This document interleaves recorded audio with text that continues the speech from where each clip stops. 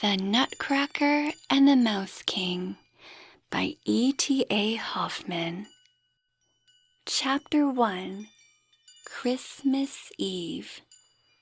All through the day of Christmas Eve, Dr. Stahlbaum's children had not been allowed into the dining room, much less into the drawing room opening out of it.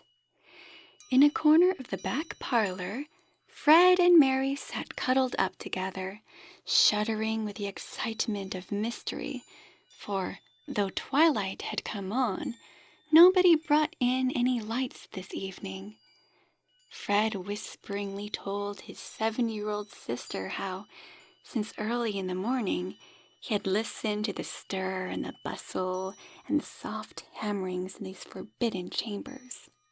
Also how, not long ago, a small, dark man with a great box under his arm had come slipping over the floor, but he knew well that this was nobody else than Godfather Drosselmeyer. Then Mary clapped her little hands for joy, crying, "Ah, what fine things will Godfather Drosselmeyer have made for us!" Counselor Drosselmeyer, so people called him, was far from a handsome man, short and thin, with many wrinkles on his face, and a great black patch where his right eye should have been. Also, he had no hair on his head, so he wore a very fine white wig, which seemed to be all made of glass, so clever a piece of work was it. The godfather himself, indeed, was a very clever workman, who actually knew all about clocks and could even make them with his own hands. When any of the fine clocks in the Stahlbaum's house went out of order and did not strike, Godfather Drosselmeyer would come, take off his glass wig and his drab coat, tie on a blue apron, and stick sharp things into the clock's inside, so that little Mary felt quite sorry for it. But this did the clock no harm, which, on the contrary, got to life again, and at once began to tick, strike, and chime, to the delight of all the family. He never came without bringing something pretty in his pockets for the children. Now a puppet that could move its eyes and make bows, most comic to behold. Now a box out of which could hop a little bird, or something else of the kind. But for Christmas, he always prepared some grand, elaborate piece of work that cost him much trouble, on which account, when given to the children, it was carefully taken charge of by their parents.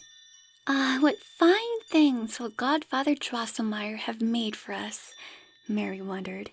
But Fred was of opinion it could this time be no other than a castle, in which all kinds of beautiful soldiers marched up and down, and were drilled, and other soldiers were to come, who should try to get into the castle. But then the soldiers inside would fire off cannons, and there would be such grand booming and banging. No, Mary cut him short. Godfather Drosselmeyer has told me of a beautiful garden with a great pond in it, on which splendid swans with gold bands round their necks are to swim about and sing such pretty songs. Then a little girl will run up from the garden and call the swans to her and feed them with gingerbread." "Swans don't eat gingerbread," broke in Fred, rather rudely. "And Godfather Drosselmeyer could not make a whole garden. Anyhow, we get a few of the toys he makes. They are always taken away from us. So I like much better the things Papa and Mamma give us, which we have for our very own, and can do as we like with them." Then the children went on guessing and guessing what it would be this time. Mary remarked how Missy Gertrude, her big doll, was much changed for the worse, since she kept tumbling on the floor more awkwardly than ever, which never happened without leaving dirty marks on her face. And as for keeping her clothes clean, that was out of the question. All the scoldings in the world thrown away on her. Fred, for his part, dwelt on the fact that a fine wooden horse was much wanted in the stable, Also how his toy soldiers were greatly deficient in cavalry, as his papa must be aware. These children knew well that their parents had bought for them all sorts of fine presents, yet they were persuaded that Father Christmas looked on them with friendly eyes, and bestowed from his bounteous hand the gifts that came more welcome now than at any other time. As they kept on whispering over the expected presents, their older sister Louisa came to remind them that it is Father Christmas who, through the hands of their dear parents, always supplies what will afford them real joy and pleasure, as he knows better how to do than children themselves, who should therefore not be wishing and hoping for all sorts of things, but quietly and dutifully await what it is to be given to them. Little Mary became thoughtfully silent, but Fred murmured to himself, "I should like a horse and some hussars, though." It had grown quite dark. Fred and Mary, sitting closely side by side, did not care to speak a word. They fancied they could hear a fluttering of soft wings about them, and a strain of beautiful music in the distance. A bright light gleamed upon the walls. Then they knew that Father Christmas was flying away on shining clouds to other happy children. At once a silvery bell went cling, cling. The doors flew open, and such a brilliance streamed out of the great room that the children stood as if enchanted on the threshold, with loud exclamations of wonder. But Papa and Mamma came forward and took Fred and Mary by the hand, saying, come along, dear children, and see what Father Christmas has given you." Chapter 2. The Presents. I put it to yourself, my friendly listener, Fred, Fanny, Eddie, whatever be your name, and beg you to bring clearly before your eyes your own last Christmas tree, or table adorned with pretty, gay presents. Then you can very well understand how these children stopped, dumbfounded, with sparkling eyes. Only after a little Mary cried with a deep sigh of delight, "Oh, how beautiful! How beautiful!" and how Fred jumped for joy to relieve his feelings. All the past year, indeed, they must have been particularly good and well behaved, for never had they had such a number of delightful presents as this time. The great fir tree in the middle bore ever so many gold and silver apples, and for buds and blossoms, every branch hung thick with almonds and brightly colored sugar plums and other best kinds of goodies. But the finest thing about the marvelous tree must not be forgotten, that 100 small lights twinkled like stars among its foliage, so that, illuminated as it was inside and outside, it seemed to invite the children to pluck its fruits and flowers. And round about the tree everything shone gay and splendid, all the fine presents there.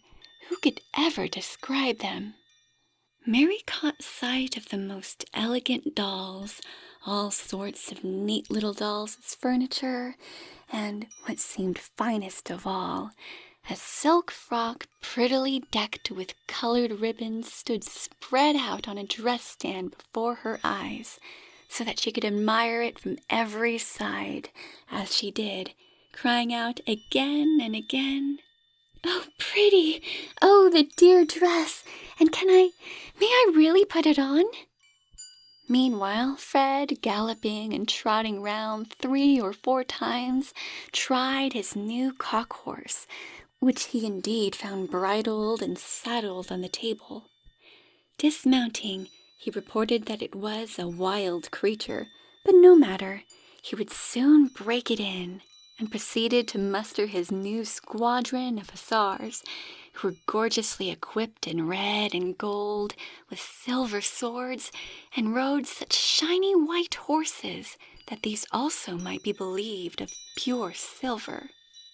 The children had got over their excitement a little and were able to take a look at the picture books which lay open so as to display pretty flowers and brightly colored figures of people, even of dear little children at play, painted as naturally as if they lived and spoke.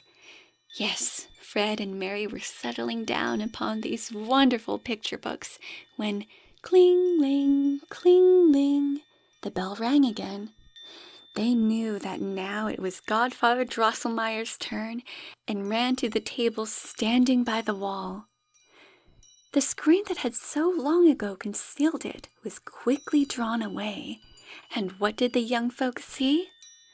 On a green lawn, bespangled with gay flowers, stood a most noble castle, all plate-glass windows and gilded towers. A chime of bells was heard, doors and windows flew open, and you saw how very tiny but most elegant ladies and gentlemen, with feathers in their hats and trailing skirts, moved inside the rooms. In the central hall, that seemed to be on fire, so many lights burned there in silver chandeliers. Children wearing short coats and vests were dancing to the music of the chimes. A gentleman in an emerald green cloak kept looking out through the window, nodding and disappearing by turns, while a figure, just like Godfather Drosselmeyer himself, but scarcely higher than Papa's thumb, would, from time to time, come and stand at the castle door and then go in again. With his arms leaning on the table, Fred had examined the dancing and walking figures, and now he said, "Godfather Drosselmeyer, will you let me go into your castle?" The counselor replied to him that this would never do. Indeed, he spoke truly, for it was foolish of Fred to want to go into a castle which, gilded towers and all, was not so high as himself. Fred had to admit that. After a time, as the ladies and gentlemen went on walking up and down in the same way, the children dancing, the green man looking at the window, Godfather Drosselmeyer's likeness coming to the door, he cried impatiently, "Godfather Drosselmeyer, now will you come out for at once at the other door?" "That won't do, dear Fred," answered the counselor. "Well," said Fred again, "just make the green man who looks out so often walk about with the others." "That won't do either," repeated the counselor. "Couldn't the children come downstairs?" persisted Fred.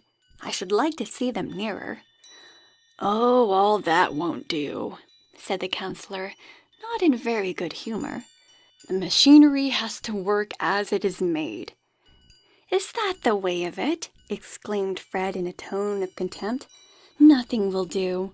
I'll tell you what, Godfather Drosselmeyer, if your fine little figures in the castle can only go on doing the same things, they are not worth much, and I don't particularly care for them.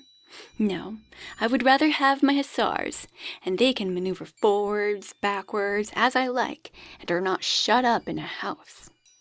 And with this he ran to the table, and made his squadron on their silver horses trot up and down, and wheel and charge and shoot to his heart's content. Mary also had quietly slipped away, for she too soon grew tired of the strutting and capering of the puppets in the castle, but was so polite and good-natured that she would not show it so plainly as her brother Fred. Counselor Drosselmeyer spoke rather crossly to her parents. "Such a skillful contrivance is not for senseless children. I will pack up my castle again." But the mother came forward and got him to show her the construction and the wonderfully ingenious works by which the little puppets were set in motion. The counselor took it all to pieces and put it together again. This put him into a rather better temper, and he presented the children, furthermore, with some pretty brown men and women made of gingerbread, with gilt faces, hands, and legs, which quite delighted them. Sister Louisa had, by her mother's wish, put on the handsome dress which was her present, and looked very nice in it. But when Mary was to try on her new frock, she thought she would rather look at it a little longer, and they allowed her to have her own way. Chapter 3. The Favorite. Mary, in fact, could not tear herself away from the table of presents, since she had just discovered it on something, till now unseen. The marching off of Fred's hussars, previously paraded close in front of the Christmas tree, left exposed to view a very remarkable little man, who stood still in the background, as if quietly awaiting his turn for notice. His figure, indeed, was not much to be proud of, for, besides that his rather long, thick body by no means fitted his small, thin legs, his head also seemed far too big. His nice clothes, however, which bespoke a person of taste and cultivation, went far to make up for this deformity. He wore a very fine, shiny, violet hussar jacket, with many white buttons and braidings, pantaloons of the same stuff, and the most elegant boots that ever adorned the feet of a dandy undergraduate, aye, or of an officer. They fitted his neat little legs as closely as if painted on them. Ridiculous it was, indeed, that, with this costume, he had hanging behind him a short, clumsy cloak or hood, which looked exactly like wood, and a queer woodsman's cap on his head. But Mary bethought herself that Godfather Drosselmeyer also sometimes wore a very ugly lounging jacket and a dreadful cap. Yet was a dear good godfather all that. Also, she considered that their godfather would not be nearly so good-looking as a small figure, even if, in other respects, he were dressed out as smartly. As Mary kept looking harder and harder at this mannequin, who had quite taken her heart at first sight, she came to perceive what a kindly nature was expressed on his countenance. His clear, green, and certainly too prominent eyes bespoke nothing but friendliness and benevolence. It suited his looks well that his chin bore a well-trimmed beard of white cotton, which set off the pleasant smile in his bright red mouth. "Ah, Papa," cried Mary at length, "who is to have this dearest little man on the Christmas tree?" "That," said her father, "that fellow, my dear child, is to make himself useful to you all. His work is to crack hard nuts for you, and he belongs to Louisa as much as to Fred and to you." With this her father carefully took the figure off the table, and, lifting up its wooden cloak, made the mannequin's mouth gape open to show 2 rows of very sharp white teeth. Then he told Mary to put in a nut, and crack! The man had crushed it, so that the shell fell in pieces, and Mary got the small kernel in her hand. Now Mary and all might know that the elegant little man belonged to the race of Nutcrackers, and practiced the profession of his ancestors. The little girl cried out for joy when her father said, "Since friend Nutcracker pleases you so much, dear Mary, he shall be your special charge and pet, though, as I said, Louisa and Fred have as much right to use him as you." Mary at once took him into her arms and made him crack nuts, yet picking out the smallest ones, in order that the mannequin might not have to stretch his mouth so wide open, which was not good for him. Louisa came to look, and for her also friend Nutcracker had to perform his service, which he seemed to do with good will, for he kept on smiling in the most amiable way. Meanwhile, Fred had grown so tired of all his riding and drilling, so, when he heard such a pleasant cracking of nuts, he ran to his sisters and laughed heartily at the funny little man, who, as Fred also liked to eat nuts, passed from hand to hand, and was never allowed to stop opening and shutting his mouth.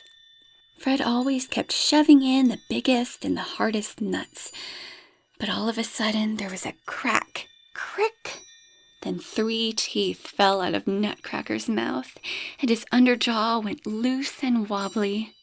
"Oh, my poor dear Nutcracker!" cried Mary, snatching him out of Fred's hands. "What a silly, stupid fellow!" exclaimed Fred. "Sets up for being a Nutcracker and hasn't a good set of grinders. He doesn't seem to be very first-rate at his business. Hand him over, Mary. He shall go on cracking nuts for me, even though he loses all his teeth and his whole chin into the bargain, which is what a good-for-nothing deserves." "No, no," cried Mary in tears. "You are not to have him, my dear Nutcracker. Just see how sadly he looks at me and shows his sore little mouth. But you are a cruel boy. You beat your horse and have your soldiers shot." "That's what should be. You don't understand these things," answered Fred. "But the Nutcracker belongs to me as much as to you. Hand him over here." Mary began to cry bitterly and made haste to wrap up the wounded Nutcracker in her small pocket handkerchief. Her parents and Godfather Drosselmeyer interfered. The latter, to Mary's grief, took Fred's part, but her father said, "I have put Nutcracker under Mary's protection, and since, as I see, he now needs it, she has full power over him, and nobody is to say a word against her. Besides, I am very much surprised at Fred that he should require fresh duty of a man injured on service. As a good soldier, he ought to know that wounded men are never put back in the ranks." Fred was much ashamed of himself and, without troubling further about nuts or Nutcracker, slipped off to the other side of the table, where his hussars had been posted for the night after putting out the proper pickets. Mary picked up Nutcracker's lost teeth. Around his hurt chin she bound a nice white ribbon taken off her dress, and then wrapped the poor little fellow, who looked very wan and dejected, more carefully than ever in her pocket handkerchief. Thus she held him, rocking him like a baby in her arms, while she turned over the pretty picture books which lay among the rest of the presents. She became quite cross, as was not at all usual with her, when Godfather Drosselmeyer laughed a great deal, and kept asking how she could go on so with that hideous little creature. The strange resemblance to Drosselmeyer which had struck her at first, setting eyes on the mannequin, came again into her mind, and she spoke quite seriously. "Who knows, Godfather, whether you, if you were able to make yourself as fine as my dear Nutcracker, and had as nice shiny boots on, who knows whether you would look as pretty as he does?" Mary did not understand why her parents laughed so loud, or why the counselor got so red in the face and did not join in the laugh as heartily as before. There may have been some particular reason for this. Chapter 4. Marvels. In the parlor at Dr. Stallbaum's, on the left-hand side as you go in the door, stood a high glass cupboard where the children kept all those fine things that were given to them every Christmas. Louisa was quite a little girl when their father had the cupboard made by a very clever carpenter, who had put in such clear panes of glass and arranged the whole so well that the treasures inside looked almost brighter and prettier than when you had them in your hands. On the highest shelf, out of Fred and Mary's reach, stood Godfather Drosselmeyer's works of art. Right beneath was a shelf for the picture books. The lowest compartments Fred and Mary could fill with what they pleased. But it was always the way that Mary took the bottom shelf as the dwelling of her dolls, and Fred's troops had the one over it for their cantonments.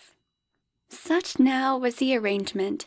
While Fred quartered his hussars above, Mary laid Missy Gertrude by in a corner below, and set out the new finely dressed doll in that well-furnished apartment, and invited herself to take goodies with her. Well furnished was the apartment, I have said, and it is true, For I know not if you, my attentive listener, Mary, like the little stall-bound girl, her name, you know, was also Mary. I mean, whether you possess such a fine flower chintz sofa, several dear little chairs, a small tea table, and above all, a very neat, clean little bed for your dolls to take their repose in. All this was in one corner of the cupboard itself, whose walls here were even papered with pretty pictures, and you can easily believe that the new doll, who, as Mary learned the same evening, was named Missy Clara, found herself quite comfortable in this apartment. It was late in the evening, getting on for midnight indeed, and Godfather Drosselmeyer had long gone home, and yet the children could not tear themselves away from the glass cupboard, for all their mothers telling them it was time to go to bed. "To tell the truth," cried Fred at length, "my hussars would like some rest now, and so long as I am looking at them, I know that not one of them dare nod." With this he went off, but Mary earnestly begged, "Only a little while, dear mother. Let me stay here only a little longer. I have so much to look after. As soon as I have finished, I will go straight to bed." Mary was a very dutiful, sensible child, so her good mother could, without anxiety, leave her alone among the toys. But in case of her being so much enchanted by the new doll and the other playthings as to forget the candles burning by the cupboard, her mother put them all out. Then only the lamp, which hung from the ceiling in the center of the room, spread a soft, pleasant light around. "Come to bed soon, dear Mary, or you will not be up in good time in the morning," called out the mother as she went off to her own bedroom. When Mary found herself alone, she quickly set about what she had in mind to do, at which, she hardly herself knew why, she did not care to be seen by her mother. All this time she had been nursing the injured Nutcracker in her arms, wrapped in a handkerchief. Now she laid him carefully upon the table, softly unwrapped him, and examined his hurts. Nutcracker was very pale, but yet he smiled with such an air of melancholy kindness that it went straight to Mary's heart. "Ah, dear little Nutcracker," she murmured, "don't be angry with my brother Fred for hurting you so much. He did not mean any great harm. He is only rather unfeeling through that rough soldier life, but in other ways a real kind-hearted boy, I can assure you. But now I will take good care of you till you have grown quite well and happy again. Your teeth shall be put in firm, and your shoulders set straight by Godfather Drosselmeyer, who understands these things." So Mary was going to say, but could not finish the sentence, for, as she mentioned the name of Drosselmeyer, friend Nutcracker made an ugly, cross face, and his eyes seemed to shoot out green sparkles. Then, just as Mary was ready to feel terrified out of her wits, there again she saw the worthy Nutcracker's face, as placid as ever with its melancholy smile. And now she knew that a draught in the room, making the lamp flicker, must have so transmogrified his countenance for a moment.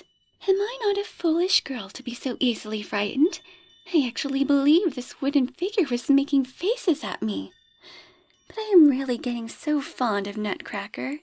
He is such a funny and good-natured fellow, and so he must be properly nursed, as he deserves." With this she took Nutcracker on her arm, approached the glass cupboard, bent down before it, and thus addressed the new doll. "I beg you very particularly, Missy Clara, to give up your bed to the sick, wounded Nutcracker, and manage as well as you can on the sofa. Remember that you are quite well and strong, or you would not have such plump red cheeks, and that very few of the handsomest dolls possess so soft sofas as you have." Missy Clara, in all her Christmas finery, looked very stuck up and sulky, and did not answer a word. "Why should I have to make so much work about it?" exclaimed Mary, drawing forward the bed, where she laid Nutcracker very gently and softly, bound up his injured shoulder with a pretty little ribbon from her own dress, and covered him snugly with the bedclothes up to his nose. "He is not to stay beside that naughty Clara," she said, and lifted bed, Nutcracker, and all to the shelf above, so that he lay close to the pretty village of toy houses in which Fred's hussars were quartered. She shut up the cupboard and was going off to her bedroom when, "Now listen, children," there began a soft, soft whispering and stirring and rustling all around her, behind the stove, behind the chairs, behind the cupboard. The clock ticked louder and louder, and gave a whir as if it were going to strike, but did not. Mary looked at it. The great gilded owl which sat on the top had let down its wings so as to cover the whole clock face, at the same time stretching out its ugly cat-like face and its hooked beak. And more loudly came the ticks as plain as words. "Cluck, cluck, tick. Low, softly tick, Mouse King's ears are quick. Purr, purr, ting, tong, sing out the old song, but strike in a low tune. It will be over soon." And purr, whir went the clock 12 times, but dully and hoarsely, as if notes were muffled. Mary began to creep all over, and in her fright she was on the point of running away, when she saw how Godfather Drosselmeyer seemed to have taken the place of the owl, his drab coat skirts hanging down on both sides like wings. Yet she made an effort to be brave, and called out, almost crying, "Godfather Drosselmeyer, Godfather Drosselmeyer, whatever are you doing up there? Come down and don't frighten me so terribly, you naughty Godfather Drosselmeyer." But now there broke out from all sides a wild creaking and squeaking, and soon, behind the walls, there was a trotting and galloping, as if 1,000 tiny feet and 1,000 little lights shone through the chinks in the floor. They were not tapers, no, but small sparkling eyes. And Mary perceived that a host of mice were everywhere peeping forth and working themselves out. Presently they were going to trot, trot, hop, hop round the room. Troops of mice, always growing more numerous and spirited, galloped up and down, and at length formed themselves in ranks, as Fred was accustomed to draw up his troops when he gave orders for a battle. This struck Mary as very comical, and not having any natural horror of mice, like many other children, her dread would have passed off, when all at once there came a squeak so piercing and startling that an ice-cold shudder ran down her back. Oh, what did she now see? Yes, indeed, my worthy listener, Fred, or whatever your name be, I know that your heart is as much in the right place as that of the clever and brave Field Marshal Fred Stahlbaum. But all the same, had you only seen what came before Mary's eyes, you would have run away on the spot. I believe you would have even jumped quickly into bed and drawn the clothes farther over your ears than there was any need for. Ah, that is just what Mary could not do, for, would you believe it, right under her feet burst up sand and lime and crumbled stone, as if thrown out by some subterranean power. And from the floor arose 7 mouse heads with 7 glittering crowns, hissing and squeaking terribly. Before long, the body also squeezed itself clear, on the neck of which grew these 7 heads, and the huge 7-crowned mouse shrieked with all his throats, 3 times piping out a greeting to his army, that at once set itself into motion, and charged trot, trot, pit, pit, dot, dot, straight up the cupboard, straight upon Mary, who stood by its glass front. The girl's heart had been beating so violently for distress and terror that she believed it would soon burst out of her bosom, and then she would die. But now all the blood seemed to freeze in her veins. Half fainting, she staggered back. Something went clr, crash, crack, and the pane of the cupboard, which she had struck with her elbow, was shivered to pieces. At the same time, she felt the smarting pain in her right arm, but at once a weight seemed to be taken off her heart, for she heard no more squeaking and shrieking. All had become still, and, though she dared not look, she thought the mice, scared by the crash of glass, must have scurried back into their holes. But what happened next?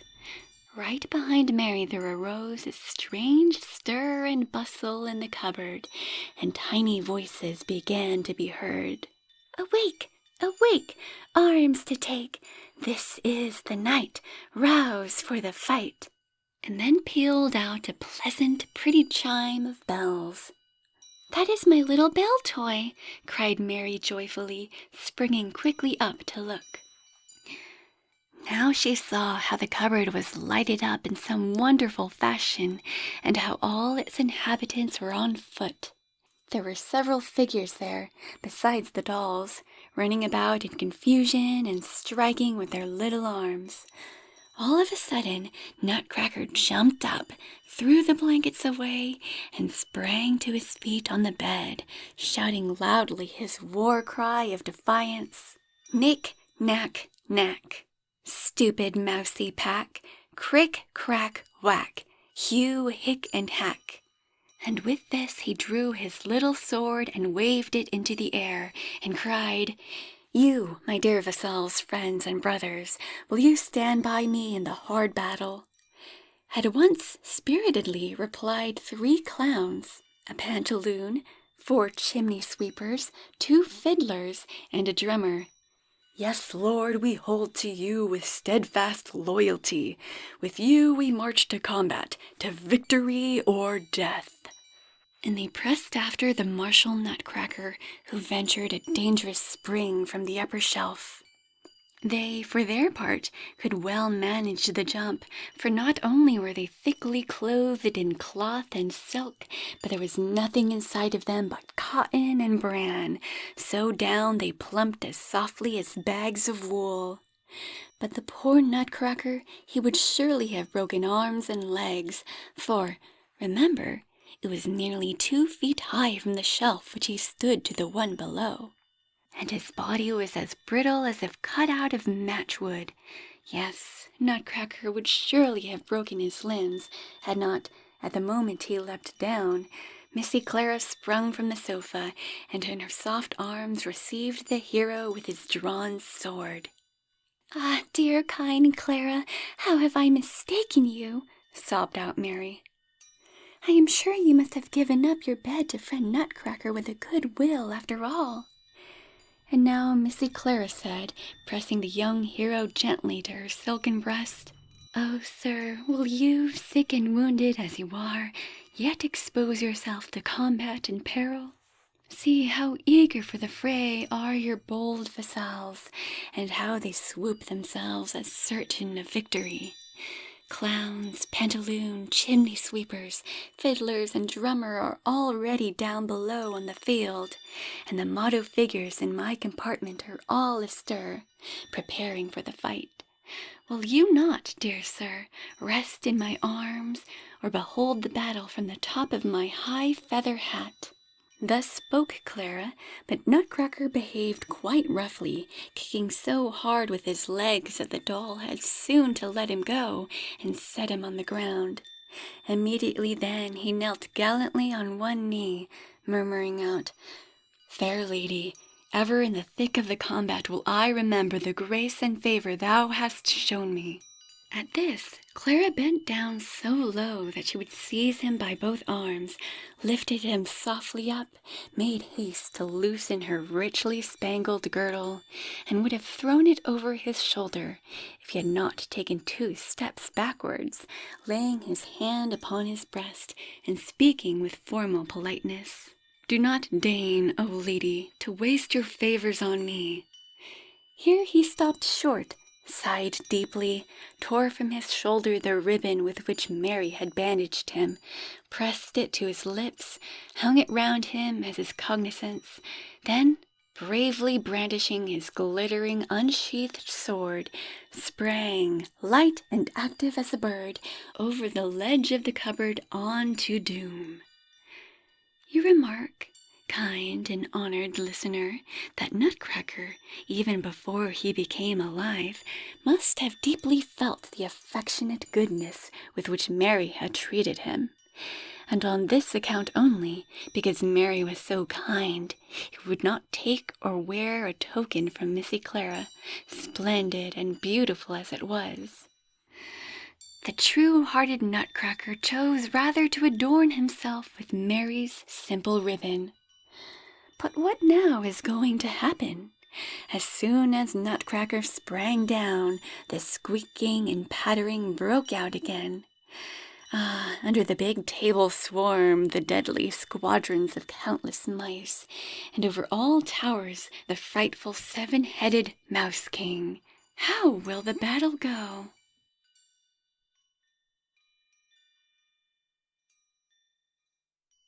Chapter 5. The Battle.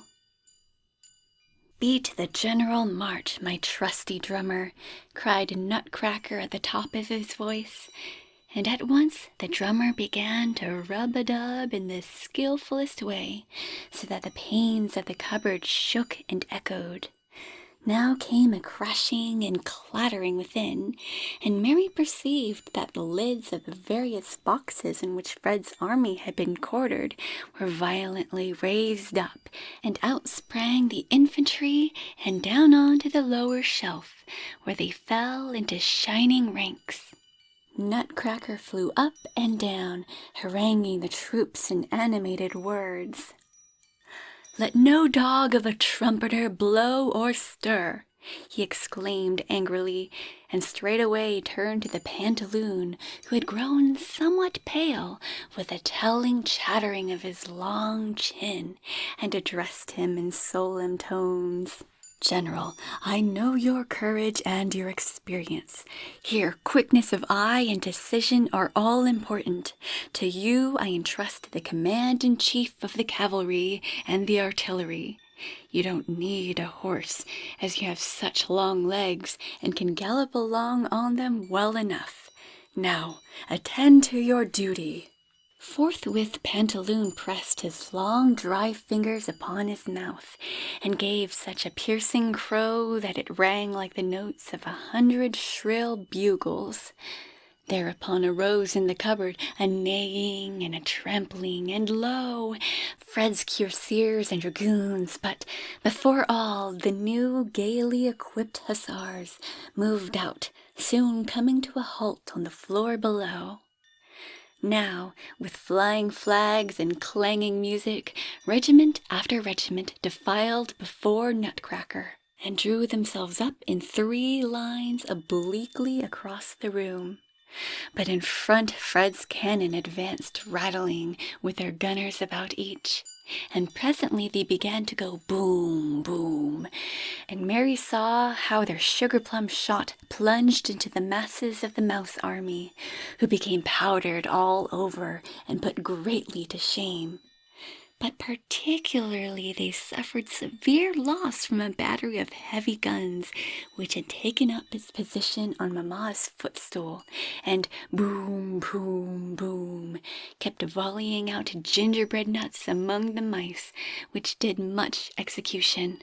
The mice, however, steadily advanced, and even came the length of taking a few of the guns, but still resounded the martial din, brr, boom, purr, boom, brr, till for smoke and dust Mary could scarcely see what was going on. Yet this much was certain, that each army fought with the utmost determination, and that victory wavered from one side to the other. The mice kept on drawing out fresh forces, while their fire, very well delivered, took effect even as far as the glass cupboard. Clara and Gertrude ran up and down in despair and wrung their hands until they were sore. "Am I to die in my blooming youth, I, the fairest of dolls?" screamed Clara. "Have I for this so carefully preserved my looks, to perish here within the walls of my home?" cried Gertrude. Then they fell upon one another's neck and lamented so loudly as to be heard all over the wild tumult of the battle. For, worthy listener, you can scarcely have any idea of the scene that now raged. Purr, purr, puff, puff, piff, sklatterdang, sklatterdong, boom, boom, boom, broom, boom, broom. A confusion of pealing, thundering, and roaring, amid which squeaked and squealed the mice and their sovereign. And then again rose Nutcracker's commanding voice as he issued the necessary orders and could be seen hurrying up to his battalions in the thick of the fire. General Pantaloon had made some of the most dashing cavalry charges and covered himself with glory, but Fred's hussars were driven back by the mouse artillery, which left deadly marks on their red jackets, and this checked their ardor. Pantaloon drew them off by the left, and in his excitement he himself, with his cuirassiers and dragoons, executed the same movement. That is to say, they all retired by the left and went home. Thus the battery posted on the footstool became endangered, and before long a heavy column of fierce, ugly mice charged it so resolutely that footstool, guns, and gunners were all lost. Nutcracker seemed confounded by dismay, and ordered the right wing to make a retrograde movement. You understand, my listener Fred, experienced in war as you are, that to make such a movement means much the same thing as running away. And along with me, you already lament the disaster about to come on the army of Mary's beloved Nutcracker. Yet turn away from the sad spectacle and regard the left wing of the Nutcrackerish army, where all still goes well, giving the soldiers and their commander good cause for hope. During the hottest of the fight, masses of mouse cavalry had been quietly debouching from under the chest of drawers, and with loud, horrid squeaks had furiously hurled themselves upon Nutcracker's left wing. But what a resistance they met! Slowly, owing to the nature of the ground, it being difficult to pass the cupboard ledge, had the regiment of motto figures advanced under the leadership of 2 Chinese emperors, and formed themselves into a hollow square. These spirited, gaily equipped, and noble troops, consisting of many gardeners, Highlanders, Japanese, barbers, harlequins, cupids, lions, tigers, baboons, and apes, fought coolly, courageously, and steadily. But their Spartan bravery would this choice regiment have wrested the victory from the foe, had not a daring captain of the hostile cavalry, rushing recklessly forward, bitten off the head of one of the Chinese emperors. Then the latter in his fall knocked over 2 Japanese and a baboon. This made a gap through which the enemy broke into the square, and soon the whole regiment was bitten to pieces. Yet the conquerors gained little advantage by this butchery. As soon as any of their bloodthirsty troopers had bitten a bold adversary in 2, he found a small slip of printed paper in his throat, from which he died immediately. This did not much avail Nutcracker's army, which, retreat once again, became more and more completely routed, and lost men faster and faster, till the unfortunate Nutcracker, with a very small band of his comrades, was brought to bay close in front of the glass cupboard. "Bring up the reserves! Pantaloon, Clown, Drummer, where are you?" So shouted Nutcracker, who had yet hoped to see fresh troops pouring out of the cupboard. There did come out, indeed, a few brown men and women made of gingerbread, with gilded faces, hats, and helmets, but they laid so clumsily about them that they struck none of the army, but instead knocked off the cap of their commander Nutcracker himself.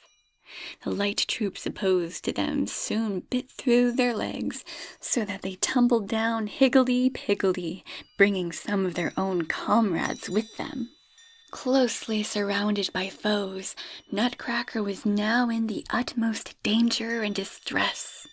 He would have sprung back into the cupboard, but his legs were too short. Clara and Gertrude lay in a swoon. They could not help him. Hussars and dragoons galloped over him as he cried in despair, "A horse! A horse! My kingdom for a horse!" At that moment, two of the enemy's skirmishers seized him by his wooden cloak, and up rushed the Mouse King, squeaking out triumph from all his 7 throats. "Oh, my poor Nutcracker!" sobbed out Mary, unable longer to restrain herself. Hardly knowing what she did, she snatched off her left shoe and violently flung it at the Mouse King, right into the middle of his troops. That moment all appeared to grow dim and to vanish away, but Mary felt in her right arm a still sharper pain than before, and fell fainting to the floor. Chapter 6. Laid Up. When Mary awoke out of her deep, death-like sleep, she was lying in her own bed, and the sun appeared shining clear and bright into the room through the windows covered with frost. By her side sat a strange gentleman, whom, however, she presently recognized as a surgeon. "She is awake now," he said softly, and came up to her mother, regarding her with anxious looks of inquiry. "Oh, dear mother," murmured little Mary, "are all the mice gone then, and is good Nutcracker safe?" "Don't talk such silly stuff, Mary," answered her mother. "What have the mice to do with Nutcracker? But, you naughty child, you have given us all a great deal of trouble and anxiety. That comes of children having their own way and not obeying their parents. Last night you were playing with your toys very late. You grew sleepy, and it may be you were frightened by a mouse jumping out, though there used to be no mice here. Anyway, you struck your arm against the glass of the cupboard and cut yourself so badly that this gentleman, who has just taken out the bits of glass sticking in your arm, says you might have got a serious injury, or even bled to death, if the glass had cut a vein. Thank God that I woke in the middle of the night then, when I found you not in bed, got up and went to the parlor. There you lay senseless beside the cupboard, and were bleeding fast. I had almost fainted away myself for fright to see you lying among a number of Fred's lead soldiers and other toys, broken motto figures, and gingerbread men. But the Nutcracker lay on your cut arm, and your left shoe was not far off."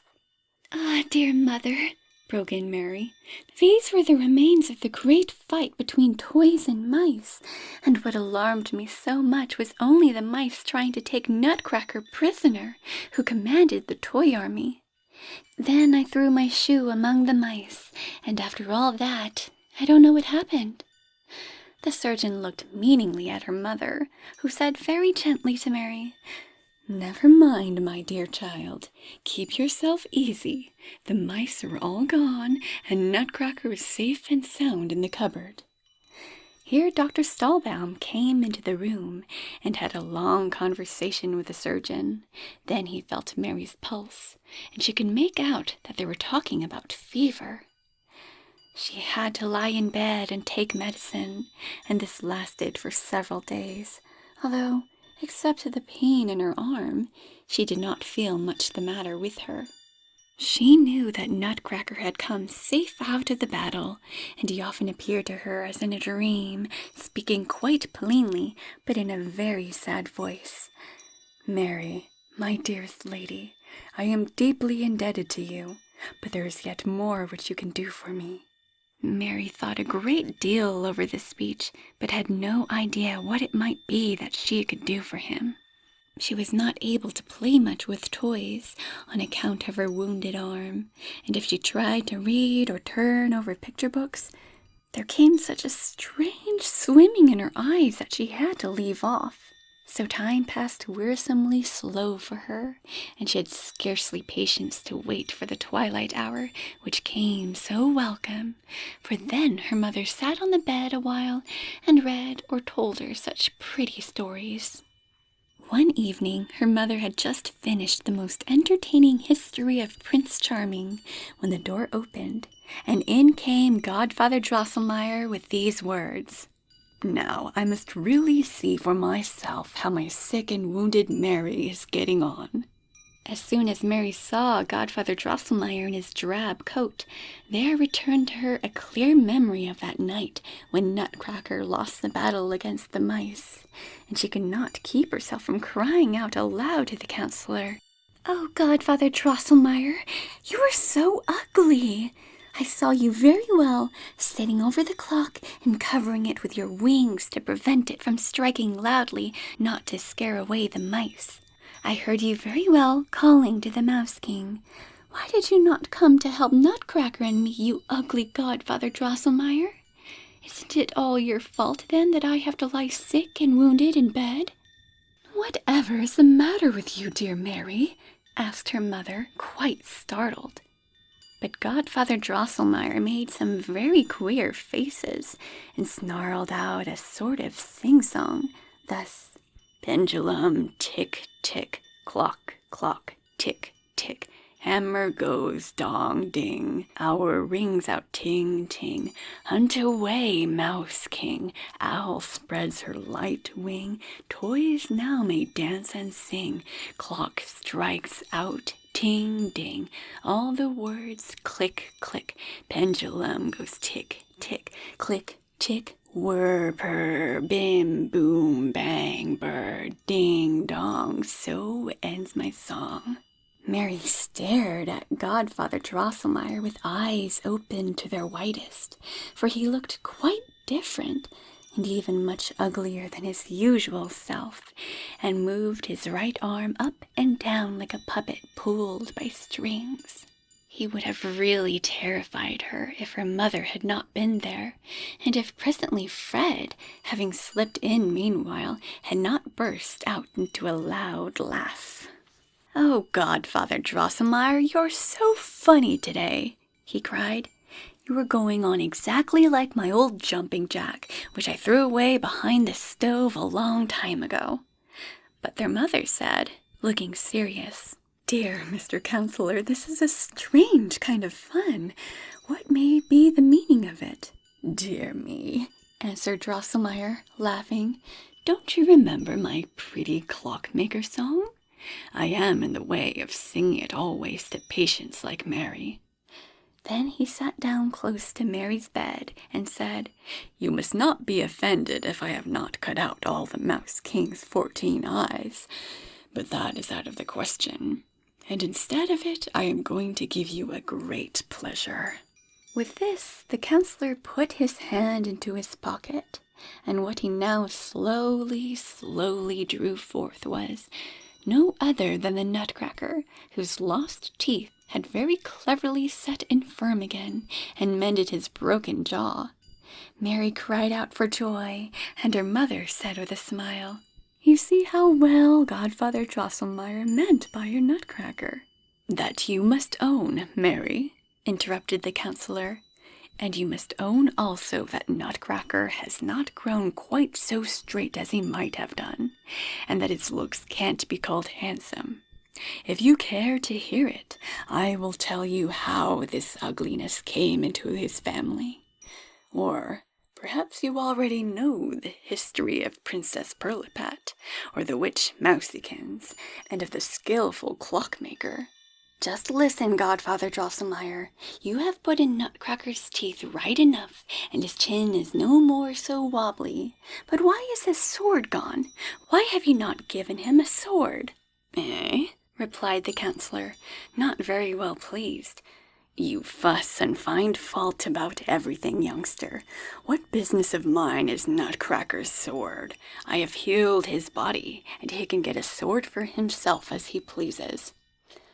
"That's true," cried Fred. "If he is a brave fellow, he will soon manage to find weapons."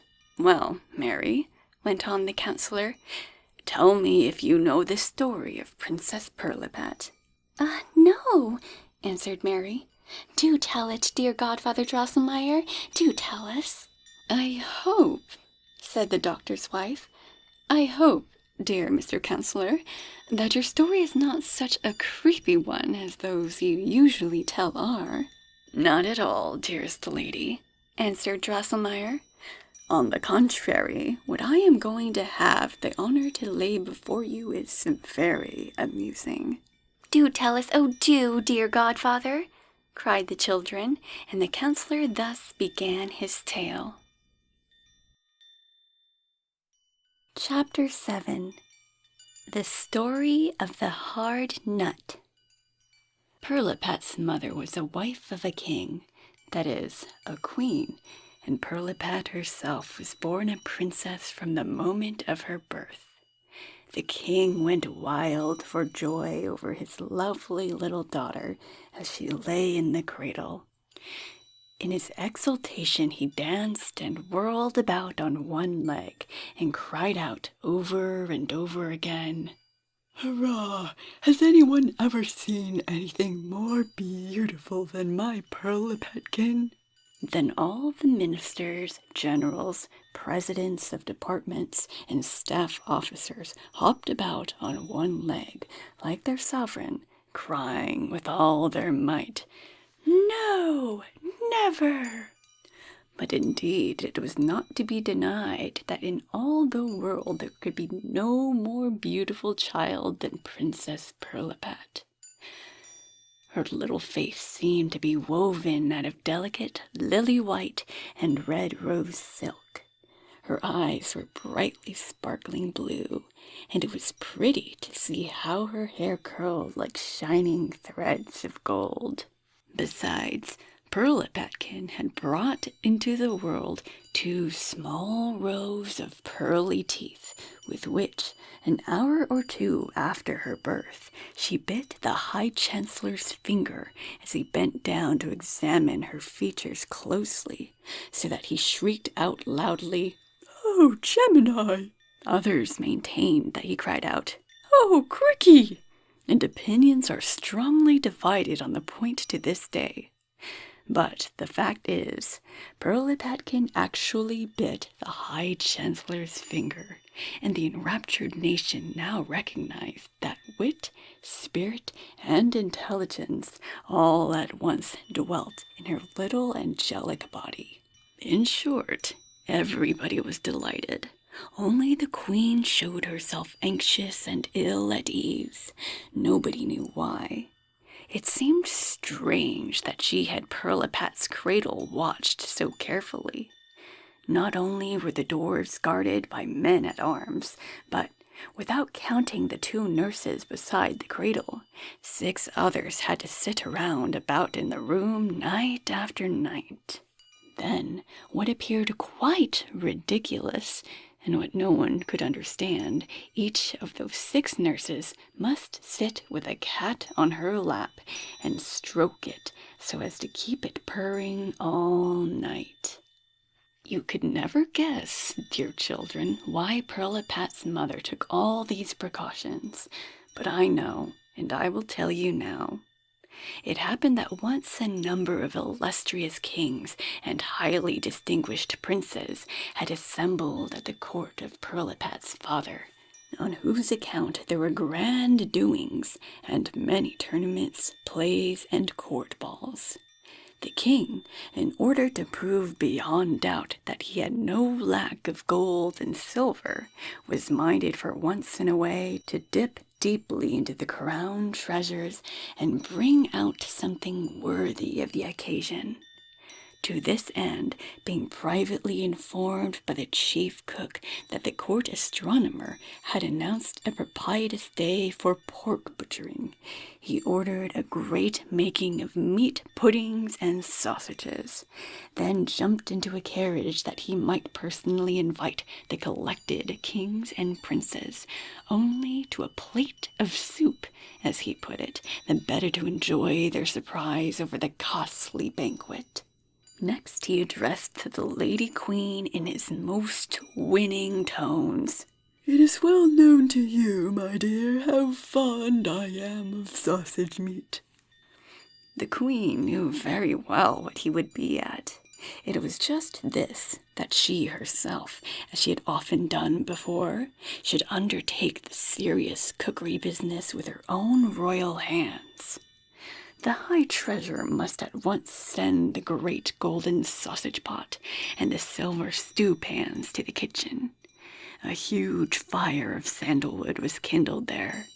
The Queen tried on her damask cooking apron, and soon all the pots and pans steamed with the sweet odors of pudding making. Right up to the council chamber stole this tempting smell, till the king, seized by hearty delight, could not restrain himself. "Excuse me, my lords," he exclaimed, flew quickly down the kitchen, kissed the Queen, did a little stirring in the pot with his gold scepter, and then went back pleased to the council. Now it came that important point when the bacon should be cut into little bits and broiled upon a silver gridiron. The court lady stood aside, since the Queen, out of loyalty and respect for her royal husband, would fain perform this task alone. But as soon as the bacon began to sputter, a tiny wee whispering voice made itself heard. "Give me too some of your fry, my sister. Want to taste? I, a queen like yourself. Give me some of the fry." The Queen knew well that it was Lady Mousiekins who spoke thus. Lady Mousiekins had lived for many years in the king's palace. She declared herself related to the royal family, and that she was queen in the realm of Mousedom, wherefore she also kept a great court under the hearthstone. But now our Queen was a kind, good-natured lady, and while she would not exactly recognize Lady Mousiekins as a queen and her sister, she had not the heart to grudge her a taste of the nice things on feast days, and called out, "Come along, Lady Mousiekins. You may always taste my bacon." Thereupon out popped Lady Mousiekins very smartly, jumped onto the hearth, and with her pretty little paws snapped up one shred of bacon after another, which the Queen held out to her. But next came leaping forth all the uncles and cousins of Lady Mousiekins, and into the bargain her 7 sons, right mischievous scamps, who threw themselves on the bacon, not to be taken off for all the frightened Queen could do.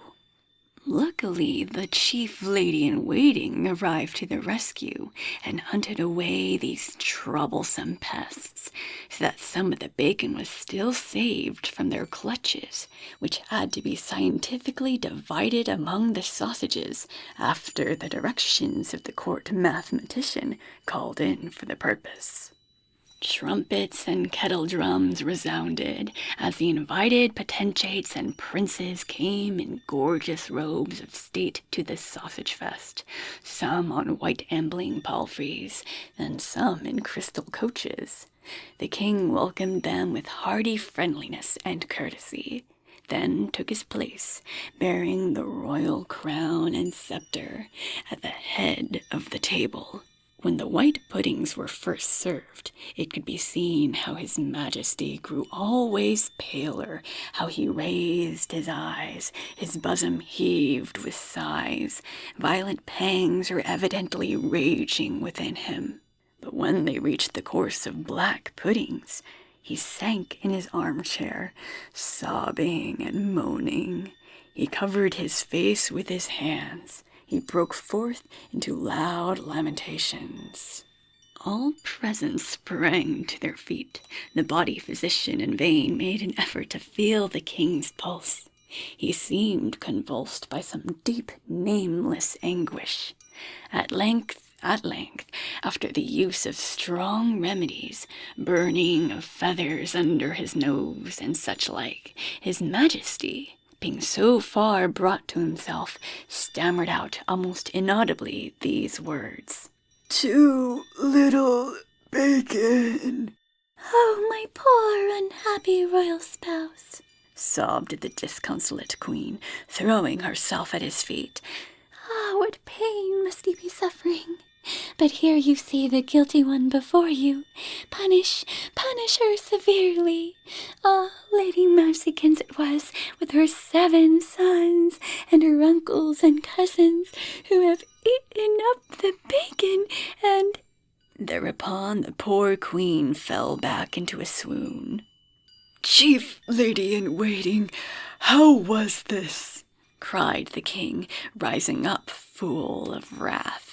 The chief lady-in-waiting related what had happened as well as she could, and the king vowed to take revenge on Lady Mousykins and her family, who had eaten up the bacon out of his sausages. The Privy Council being summoned, it was resolved to prosecute Lady Mousykins and to confiscate her property. But as the king considered she might meanwhile go on eating his bacon, the matter was at once placed in the hands of the court clockmaker and engineer. This man, who was named exactly like myself, Christian Elias Drosselmeyer, undertook, by means of a singular piece of statecraft, to banish Lady Mousykins and her family forever from the royal palace. He contrived, accordingly, certain small, artfully constructed machines in which shreds of toasted bacon were fastened upon a thread, and these Drosselmeyer placed round about the habitation of the bacon nibblers.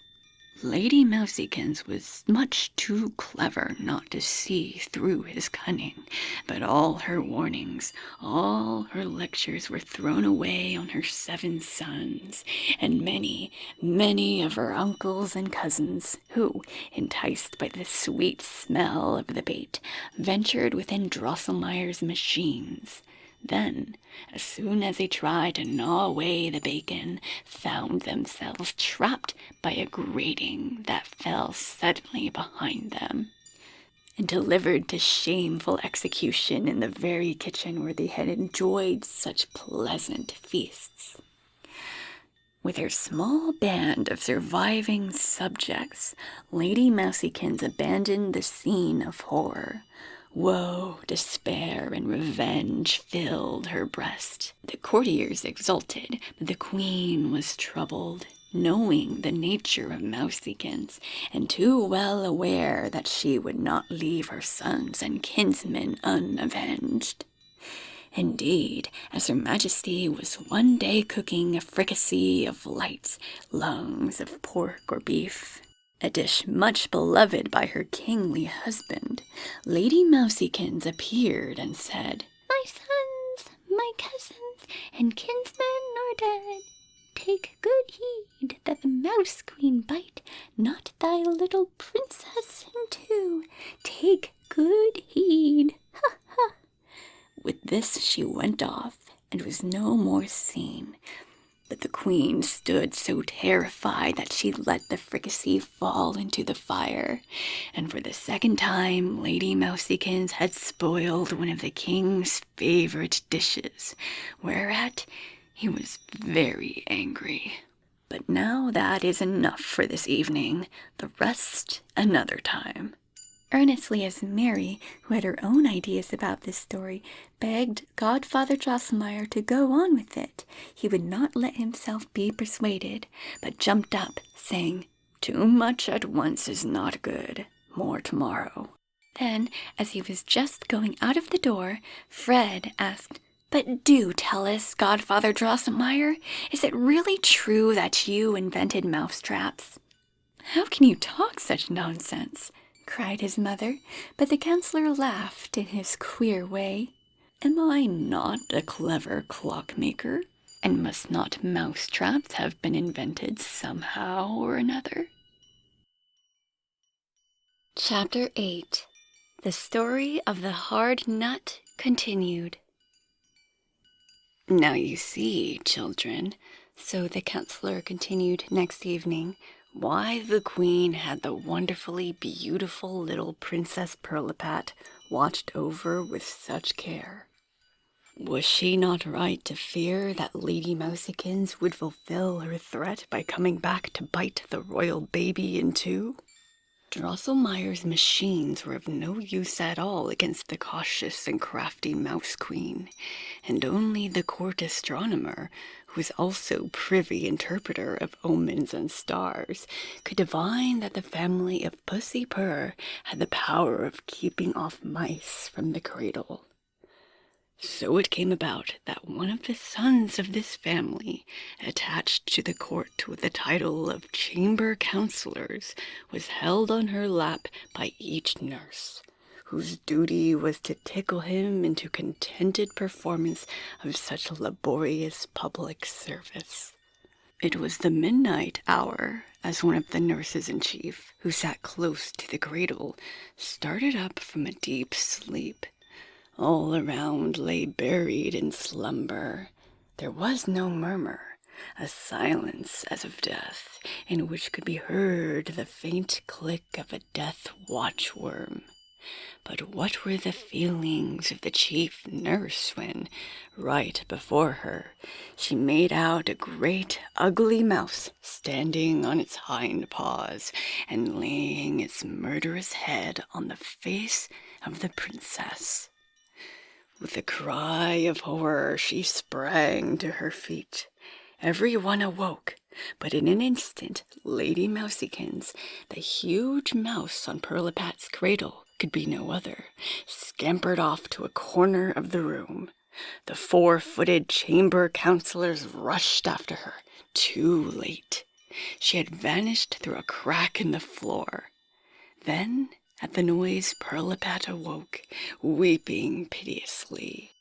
"Thank heavens!" cried the nurses. "She is still alive!" How great was their dismay, however, when they looked at Pirlipatkin and saw what had come to the sweet, tender child. Instead of the angelic white and rosy curly-haired pate, a thick, distorted head stood on a small, shrunken, crooked body. The sky-blue eyes had changed into green, goggling balls, staring straight before them, and the pretty little mouth gaped from ear to ear.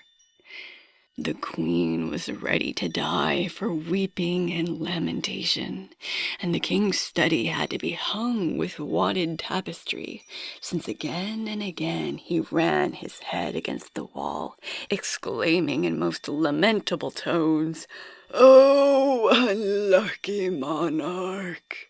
Now he might have seen that it were better to eat his sausages without bacon, and to leave Lady Mousykins and her kindred in peace beneath the hearthstone. But Pirlipat's royal father had no such thought. Rather, he threw all the blame on the court clockmaker and engineer, Christian Elias Drosselmeyer of Nuremberg. Therefore he sagely gave command as follows. Within 4 weeks must Drosselmeyer restore the princess to her former state, or at least suggest some trustworthy means of doing so, else should he suffer a shameful death under the executioner's axe.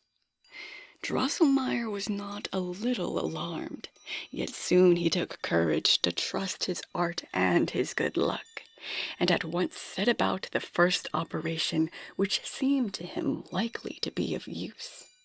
He very skillfully took Pirlipat to pieces, screwed off her hands and arms, and examined her construction inside.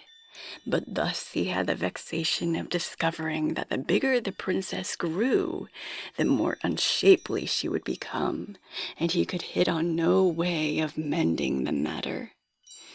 He carefully put the princess together again and sank down in gloomy dejection beside her cradle, which he dared not leave day or night.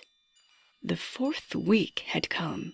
It was already Wednesday when the king looked in with angry eyes and, shaking his scepter at him, cried, Christian Elias Drosselmeyer, set the princess to rights, or thou must die.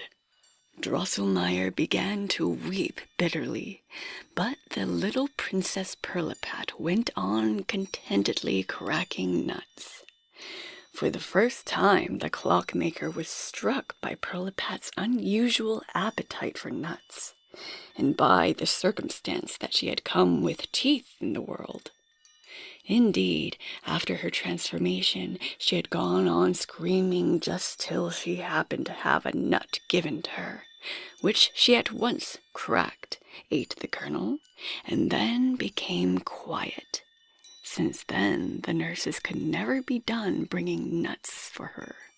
O sacred instinct of nature, eternal, mysterious sympathy of all existence, exclaimed Christian Elias Drosselmeyer. Thou showest me the gate of the secret. I will knock, and it will open. He forthwith sought permission to consult the court astronomer, and was taken to him under a strong guard. The 2 officers embraced each other with many tears, being devoted friends, then retired into a private cabinet to turn over many books which treated of instinct, of sympathy and antipathy, and of other mysteries. Night coming on, the royal astronomer consulted the stars, and, with the help of Drosselmeyer, also well versed in the same art, drew out Princess Pirlipat's horoscope. This proved a hard task, for the lines of fate became more and more entangled as they went on. But at last, oh joy, it lay clear before them that to destroy the enchantment which had so hideously deformed her, and to be made as beautiful as ever, the Princess Pirlipat had nothing to do but eat the sweet kernel of the Nutcracker. The Nutcracker had such a hard shell that a 48-pound cannon could be driven over it without breaking it. This hard nut must be cracked by the teeth of a man who had never shaved and never worn boots, and he must hand it to the princess with his eyes shut and not open till he had taken 7 steps backward without stumbling. 3 days and 3 nights did Drosselmeyer and the astronomer work unceasingly, and it was only on Saturday, at the king's dinner time, that Drosselmeyer, who was to be beheaded on Sunday, burst in, full of triumphant joy, to announce the discovery of the means for restoring the princess's lost beauty. The king, embracing him with warm affection, promised him a sword set in diamonds, 4 orders of chivalry, and 2 new Sunday coats. Immediately after dinner, set about the business, he bade. See to it, dear engineer, that the young unshaved man in shoes is provided, along with the Nutcracker, and let him drink no wine beforehand, for fear of his stumbling when he takes 7 steps backward like a crab. After that he can soak himself to his heart's content. Drosselmeyer was sadly taken aback by the king's speech, and, not without consternation and trembling, he stammered forth that the means of curing indeed were discovered, but that the nut and the young man to bite it were still to seek. Indeed, there was some doubt whether Nut and Nutcracker would ever be found. Then you must be beheaded after all, roared the king in a lion voice, wrathfully brandishing the scepter above his crowned head. Lucky it was for poor Drosselmeyer that the king had enjoyed his dinner that day, so as to be in good humor for listening to the arguments which the magnanimous queen did not fail to bring forward in favor of one whose sad fate had touched her heart. Drosselmeyer plucked up the courage and represented on his own part that he had duly fulfilled the task set him, and had earned his pardon by pointing out how the princess could be cured. The king said this was all stuff and nonsense, but finally decided, after he had taken a glass of stomach cordial, that both the clockmaker and the astronomer should set forth, not to return without the nut-crack-a-tuck in their pockets. The man to bite it open, as the queen suggested, must be sought for through repeated insertions of an advertisement in the home and foreign newspapers. Here the counselor again broke off, promising to relate the rest next evening. Chapter 9. The Story of the Hard Nut concluded. Next evening, as soon as the candles were lighted, Godfather Drosselmeyer made his appearance, and went on with his story as follows. 15 years were Drosselmeyer and the court astronomer on their travels, without coming on a trace of the nut-crack-a-tuck. Where they wandered far and wide, what strange, wonderful things they fell in with.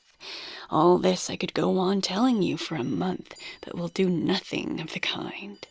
Enough to say that the sore troubled Drosselmeyer was at length seized by a mighty longing for his native place, Nuremberg.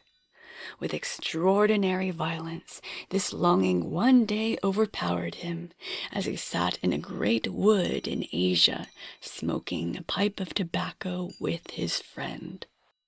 "Oh, my beautiful mother city, who never has seen thee is much to pity.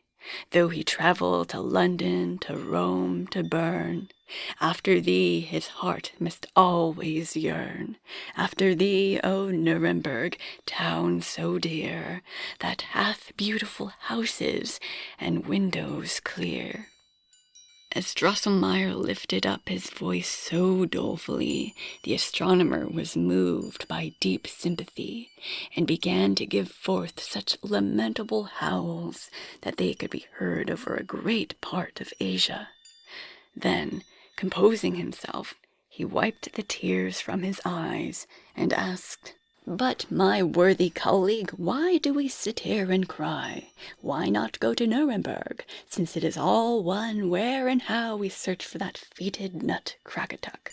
"That is true enough," answered Drosselmeyer, taking comfort.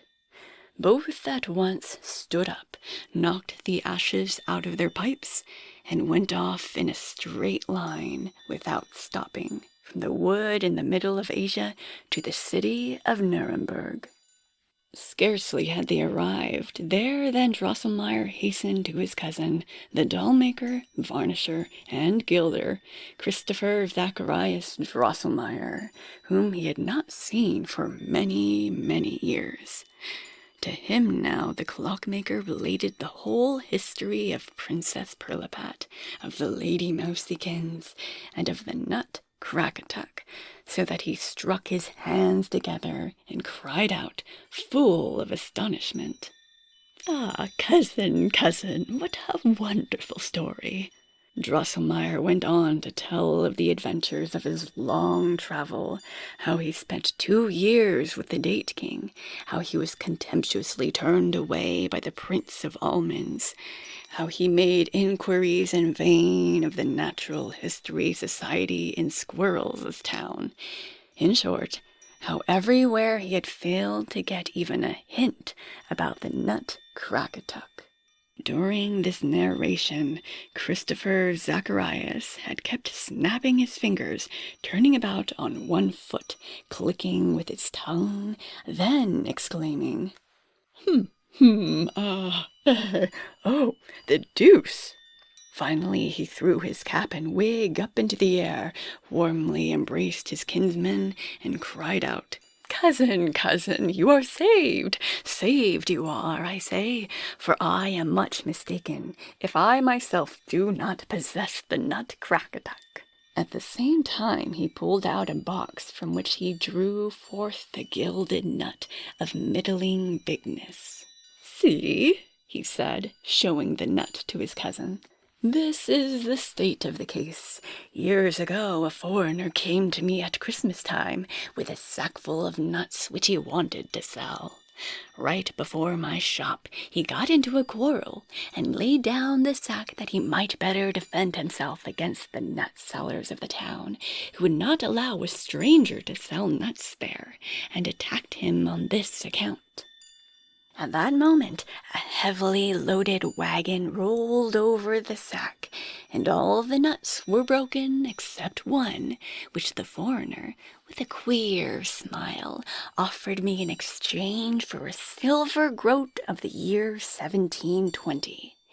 It struck me as singular that I found in my pocket just a coin as the man wanted, so I brought the nut and gilded it, hardly knowing myself why I paid so dear for the thing, and treated as of such value. All doubt of the cousin's nut being that long-sought-for one came at once removed when the astronomer, summoned into council, cleverly scraped away the gilding, and on the rind of the nut found engraved in Chinese characters the word Crackatuck. Great was the joy of the travelers, and the cousin the happiest man under the sun, when Drosselmeyer assured him of his fortune being made, for, besides a good pension, he should henceforth receive gratis all the gold leaf he needed for his gilding. Both the clockmaker and the astronomer had already put on their nightcaps and were going to bed, when the latter, that is, the astronomer, thus began. "My beloved colleague, one piece of luck comes not alone. Believe me, we have found not only the Nutcracker, but also the young man who can crack it and restore the princess to her beauty. I mean no one else other than the son of your worthy cousin. Nay, I will not sleep," he continued enthusiastically, "but this very night will cast the youth's horoscope." Therewith he tore off his nightcap, and at once set about taking observations. The cousin's son was indeed a nice, well-grown young man, who had never yet shaved or worn boots. In his earlier youth, he had acted as a jumping jack for several Christmases, but that was not in the least perceptible, as his father had taken so much pains to educate him and set him right. At Christmas time, he wore a fine red coat laced with gold, a sword, a hat under his arm, and a first-class head of hair gathered into a bag behind. So splendidly adorned, he stood in his father's shop, and out of natural politeness cracked the nuts for the young ladies, on which account they called him the handsomest little Nutcracker. "It is he!" cried the astronomer the next morning, falling rapturously on the clockmaker's neck. "We have him. He is found.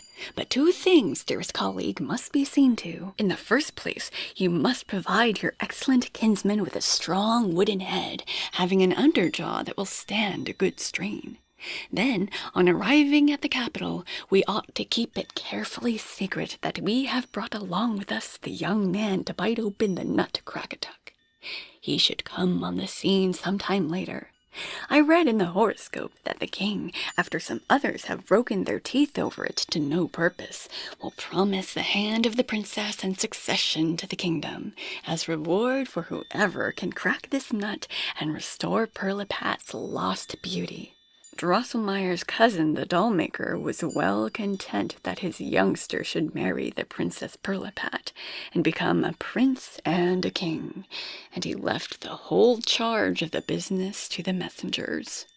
The head, which Drosselmeyer fitted on to his hopeful young nephew, turned out very well, so that he'd made most successful experiments at cracking the hardest peach stones. As soon as Drosselmeyer and the astronomer announced at the palace their arrival with the Nutcracker, the necessary advertisements were at once published, and these travelers being now supplied with the beauty charm, many fine young men, some of them princes, eagerly came forward, trusting in their sound jaws to undertake Pirlipat's disenchantment. The messengers were not a little horrified when they saw the princess again. Her small body, with its shrunken members, could scarcely support the huge, unshapely head, while the hideousness of her countenance was enhanced by a white, woolly beard that had grown over her mouth and chin. All happened just as the court astronomer had read in the horoscope. One youngster in shoes after another bit away at the Nutcracker till he broke his teeth and jaws without doing the princess the least good. And as each was then borne away, half fainting, by the dentist kept ready at hand, he would moan out, "That was a hard nut," when now the king, in the anguish of his heart, promised daughter and kingdom to whoever would perform the disenchantment, there presented himself that pretty lad from Nuremberg, and modestly begged permission to make a trial. None of the candidates had pleased the princess so much as young Drosselmeyer. She laid her little hand on her heart and sighed deeply. If it were he who would bite open the Nutcracker and become my husband. After most civilly saluting the king and queen, and also the Princess Pirlipat, young Drosselmeyer took the Nutcracker from the chief master of ceremonies, put it between his teeth, worked his head powerfully, and crack, crack, the shell broke into several bits. Dexterously picking from the kernel the rough fibers about it, he handed it to the princess with a respectful scrape of his foot, then closed his eyes and began to step backward. The princess at once swallowed the nut, and, oh wonder, the deformity was gone, and there in its place stood an angelic figure, the face dimpled rosy red and lily white, the eyes of shining blue, and the long locks curled like threads of gold. Music of trumpets and kettle drums swelled the loud exultation of the people. The king and his whole court danced on one leg as at Pirlipat's birth, and the queen had to be treated with eau de cologne, having fainted away in her transports of joy. Young Drosselmeyer, who had still the 7 steps backwards to accomplish, was not a little flustered by this great tumult, yet he kept his balance and stood raising his right foot for the last step, when Lady Mousykins, squeaking and squealing shrilly, ran out of the floor, so that in the act of setting down his foot, he trampled upon her, which made him stumble, and he had almost fallen. Oh, mishap! Suddenly was the youth become as deformed an object as Princess Pirlipat before. His body had shrunk up, and could scarcely bear the weight of the big, unshapely head, with great eyes staring out of it, and broad, horribly gaping mouth. Instead of his fine bunch of hair, there hung behind him a kind of narrow wooden cloak with which his lower jaw was worked.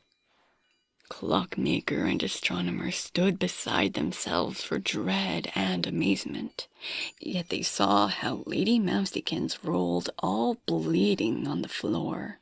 Her ill nature had not gone unpunished, for, with the sharp heel of his shoe, young Drosselmeyer had trodden so hard on her neck that she must die. And, writhing in her death agony, she squeaked and squawked pitiably.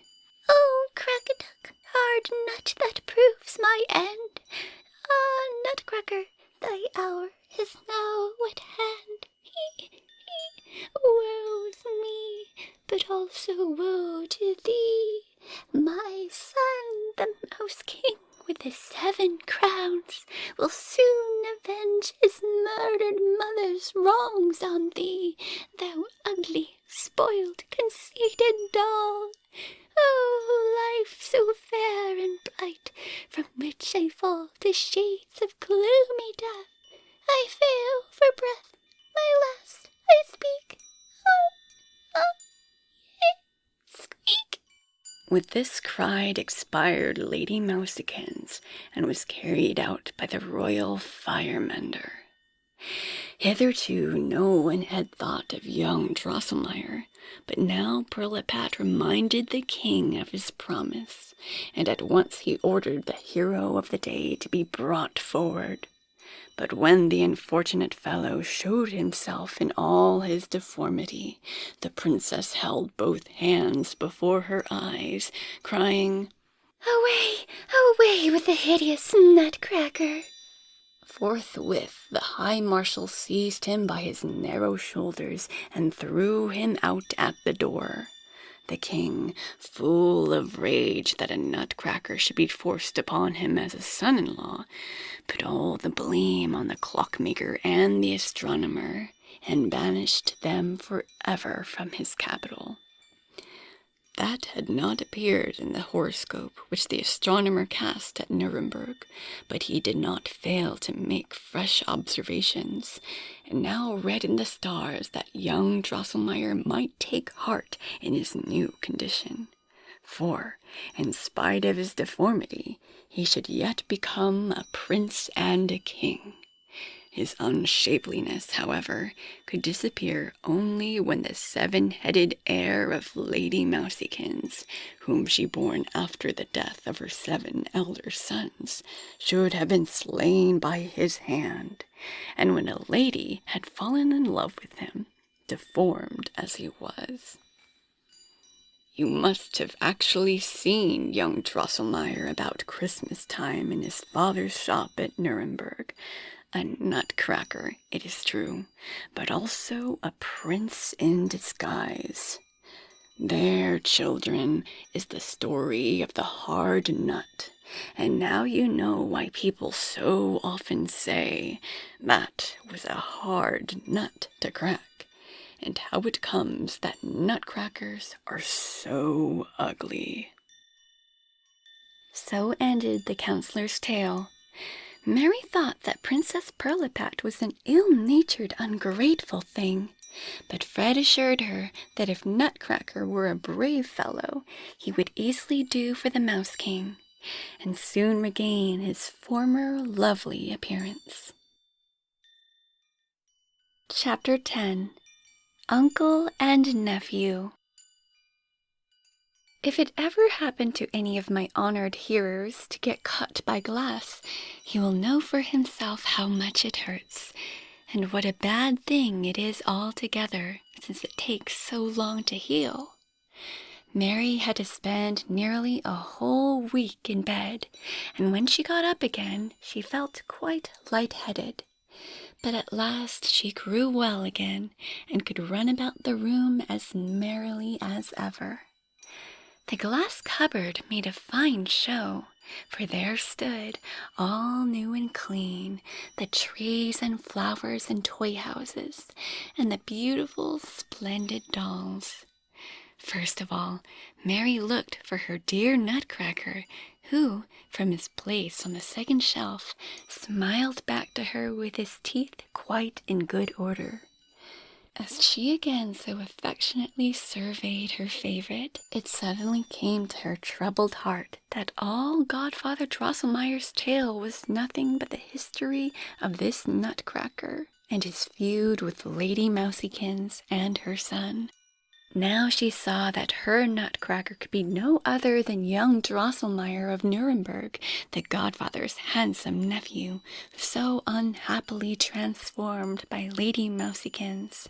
For that the skilful clockmaker of the court of Pirlipat's father was nobody but Councillor Drosselmeyer himself, Mary had never doubted for a moment, even while listening to the tale.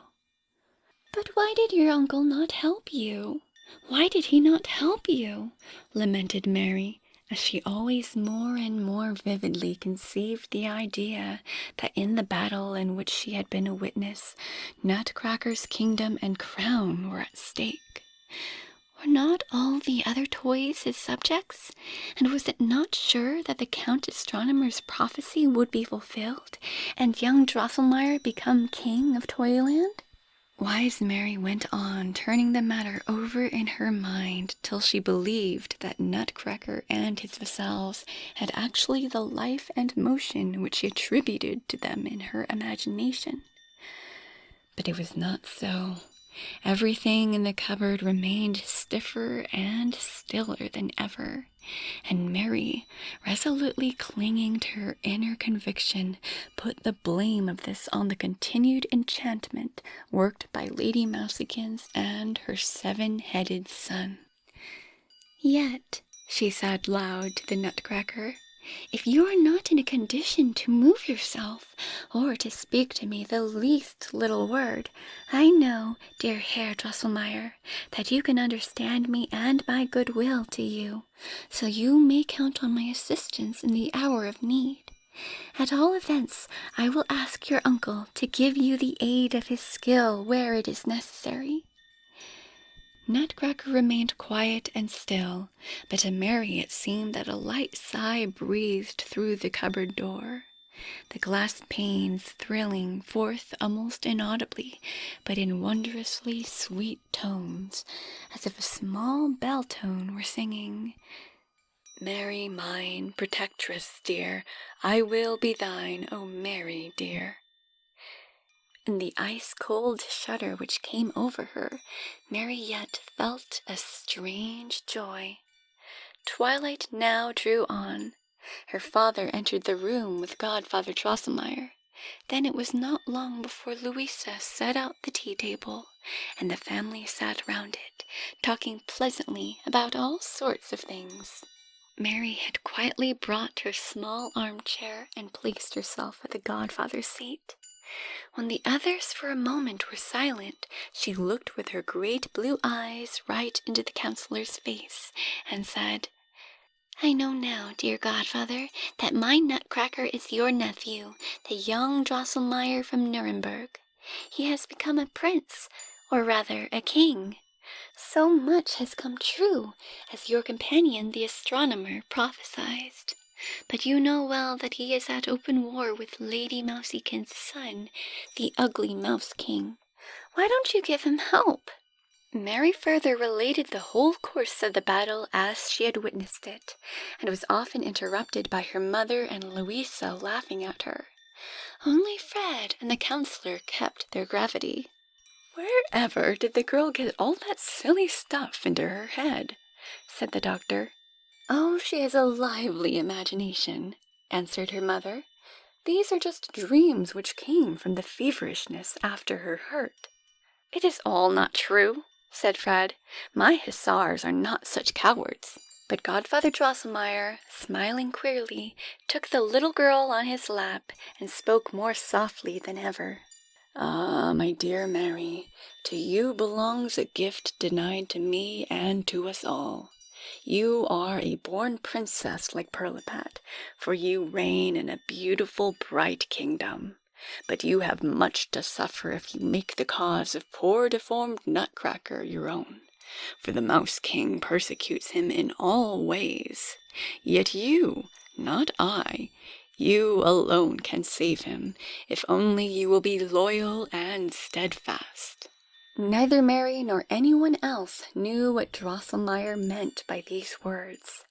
Indeed, they seemed to the doctor so odd that he felt the counselor's pulse and said, "My good friend, you have your head all wrong. I will prescribe something for you." But the doctor's wife shook her head thoughtfully and said, half to herself, "I can guess what the counselor means, though I can't put it into plain words." Chapter 11. The Victory. Not long afterwards, Mary was awakened one moonlit night by a strange tumult that seemed to come from one corner of the room. It was as if pebbles were being thrown and rolled about amid a hideous accompaniment of hissing and squeaking. "Ah, the mice! The mice are coming back!" cried Mary in terror, and would have waked her mother, but she could not utter a sound or even move a finger as she saw the Mouse King working himself through a hole in the wall, till at length, with sparkling eyes and shining crowns, he advanced into the room.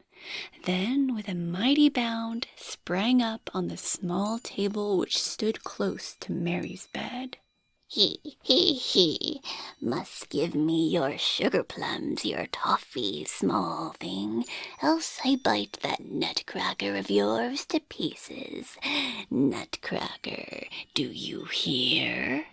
So piped out the Mouse King, gnashing and clashing horribly with his teeth, and quickly sprang out of sight again through the mouse hole. Mary was so distressed by the dreadful apparition that next morning she looked quite pale, and could scarcely speak for inward agitation. 100 times she thought of telling what had happened to her mother, or to Louisa, or at least to Fred, but she asked herself, "Will any of them believe me, and shall I not be well laughed at by everybody?" Yet it was quite clear to her she must sacrifice her sugar plums and toffee to save Nutcracker. As much as she had of these nice things she laid out that evening on the edge of the cupboard shelf. Next morning her mother said, "I don't know how the mice have got into our parlor. Just see, poor Mary, they have eaten up all your sweet stuff." Indeed, it was so. The sticky toffee had not proved much to the taste of greedy Mouse King, but he had nibbled all over it with his sharp teeth, so that it must be thrown away. Mary did not take the loss of her sweets much to heart. Rather, she secretly rejoiced to think that it had saved Nutcracker's life. But what were her feelings when next night there came again a squeaking and squawking at her ear? Ah, it was the Mouse King back again, and still more horribly glowed his eyes than the night before, and still more hatefully hissed he between his teeth, "Must give me your sugar and gingerbread figures, little thing, or I bite your nutcracker in pieces." And with this, away scampered the grim Mouse King. In great distress, Mary went the next morning to the cupboard, and sorrowfully looked at her sugar and gingerbread men. She had reason indeed to be sorrowful, for you can't think, my good listener, what dear little figures made out of sugar and gingerbread Mary Stahlbaum possessed. First of all, a very pretty shepherd with a shepherdess was feeding a whole herd of milk-white sheep, and his dog jumped close by quite lifelike. Then 2 postmen came with letters in their hands, and 4 fine couples of nicely dressed young men with maidens elegantly adorned all over were rocking themselves in a swing boat. Behind some ballet dancers stood old King Cole beside the Maid of Orleans, for whom Mary did not care so very much. But right back in the corner was a red-cheeked little child, her favorite of all. The tears sprang into small Mary's eyes. "Ah, dear Herr Drosselmeyer," she cried, turning to the Nutcracker, "whatever will I not do to save you? But still it is hard." Nutcracker the while looked so sad that Mary, who could fancy she saw the Mouse King's 7 jaws open to devour the unhappy youth, resolved to sacrifice everything for his sake. All her sugar figures she set out this evening on the edge of the shelf, as before she had done with the goodies. She kissed the shepherd, the shepherdess, the little lambs, and last of all she fetched from the corner her favorite, the dear red-cheeked child whom she took care to put behind all the rest. The gingerbread old King Cole and the Maid of Orleans had to stand in the first row. "Oh, this is too bad," exclaimed her mother next morning. "There must be a great nasty mouse living in the cupboard, for all poor Mary's pretty sugar figures are gnawed and bitten to pieces." Mary could hardly keep back her tears, but she soon smiled at the thought. What does it matter so long as Nutcracker is safe? In the evening, when her mother told the counselor about the mischief a mouse did in the children's cupboard, Dr. Stahlbaum remarked what a pity it was they could not get rid of this pest, which played such tricks in the cupboard and ate up Mary's sweet things. "Well," put in Fred eagerly, "the baker who lives below us has a fine chamber counselor, which I can bring up. He'll soon stop these doings and bite off the mouse's head, were it Lady Mousykins herself, or her son, the Mouse King." "Yes, by jumping about on chairs and tables," laughed his mother, "and upsetting cups and glasses, and doing ever so much more damage." "Not at all," answered Fred. "The baker's cat is a clever fellow. I wish I could walk as steadily along the sharp roof as he can." "Only let us have no puss at night," begged Louisa, who could not bear cats. "Fred is right," said his father, "but we might first try setting a trap. Have we none?" "We can get the best kind from Godfather Drosselmeyer, who invented them," cried Fred. All the rest laughed, and the mistress declaring that there was no trap in the house, the counselor said he had several, and sent at once for a first-class one. Their godfather's story of the hard nut came now clearly into the mind of Mary and Fred. While cook was toasting the bacon, Mary trembled with excitement, and, her head full of the story and its marvels, thus addressed their familiar Betsy. "Ah, Lady Queen, do be aware of Mousykins and her family." But Fred had drawn his sword, bidding the whole race of mice come on, and he would soon clear them off. All, however, remained still, under and about the hearthstone, when now the counselor tied the shred of bacon on a thin thread, and softly, softly laid the trap in the cupboard. Fred called out, "Take care, Godfather Clockmaker, that the Mouse King plays you no trick." Ah, what had poor Mary to go through that night! There came an ice-cold creeping up and down her arm, and a loathsome breath on her cheek, and a piping and squeaking in her ear. The horrible Mouse King sat on her shoulder, blood-red foam dripping out of his 7 open jaws, and, gnawing and gnashing with his teeth, he hissed out to Mary as she lay motionless for fear and dread. "Hiss, hiss, none of your bacon, Mouse King too sharp not to be taken. Trap very fine, but not what it looks. Give me out now your picture books. Do you hear? And your new frock too, else there shall be no peace for you. You very well know Nutcracker must go. I will tear him so. He, pee, bee, squeak, squeak." Now was Mary overcome by sorrow and woe. She looked so pale and out of sorts that when her mother next morning remarked that the mouse had not been caught, believing Mary to be afraid of it and distressed about the loss of her sweets, she added, "But never mind, dear child, we will soon get rid of the naughty mouse. If traps are no good, Fred must bring up his gray chamber counselor." As soon as Mary found herself alone in the parlor, she went up to the glass cupboard and, sobbing, spoke thus to her Nutcracker. Ah, my dear good Herr Drosselmeyer, what can a poor unhappy girl do for you? Were I to give all my picture books, even my beautiful new frock which I got as a Christmas present, to be torn to pieces by the horrible Mouse King, will he not then go on asking more and more, so that at last I shall have nothing left to give, and he will want to bite up me myself instead of you? Oh, poor girl that I am! What can I do now? What am I to do now?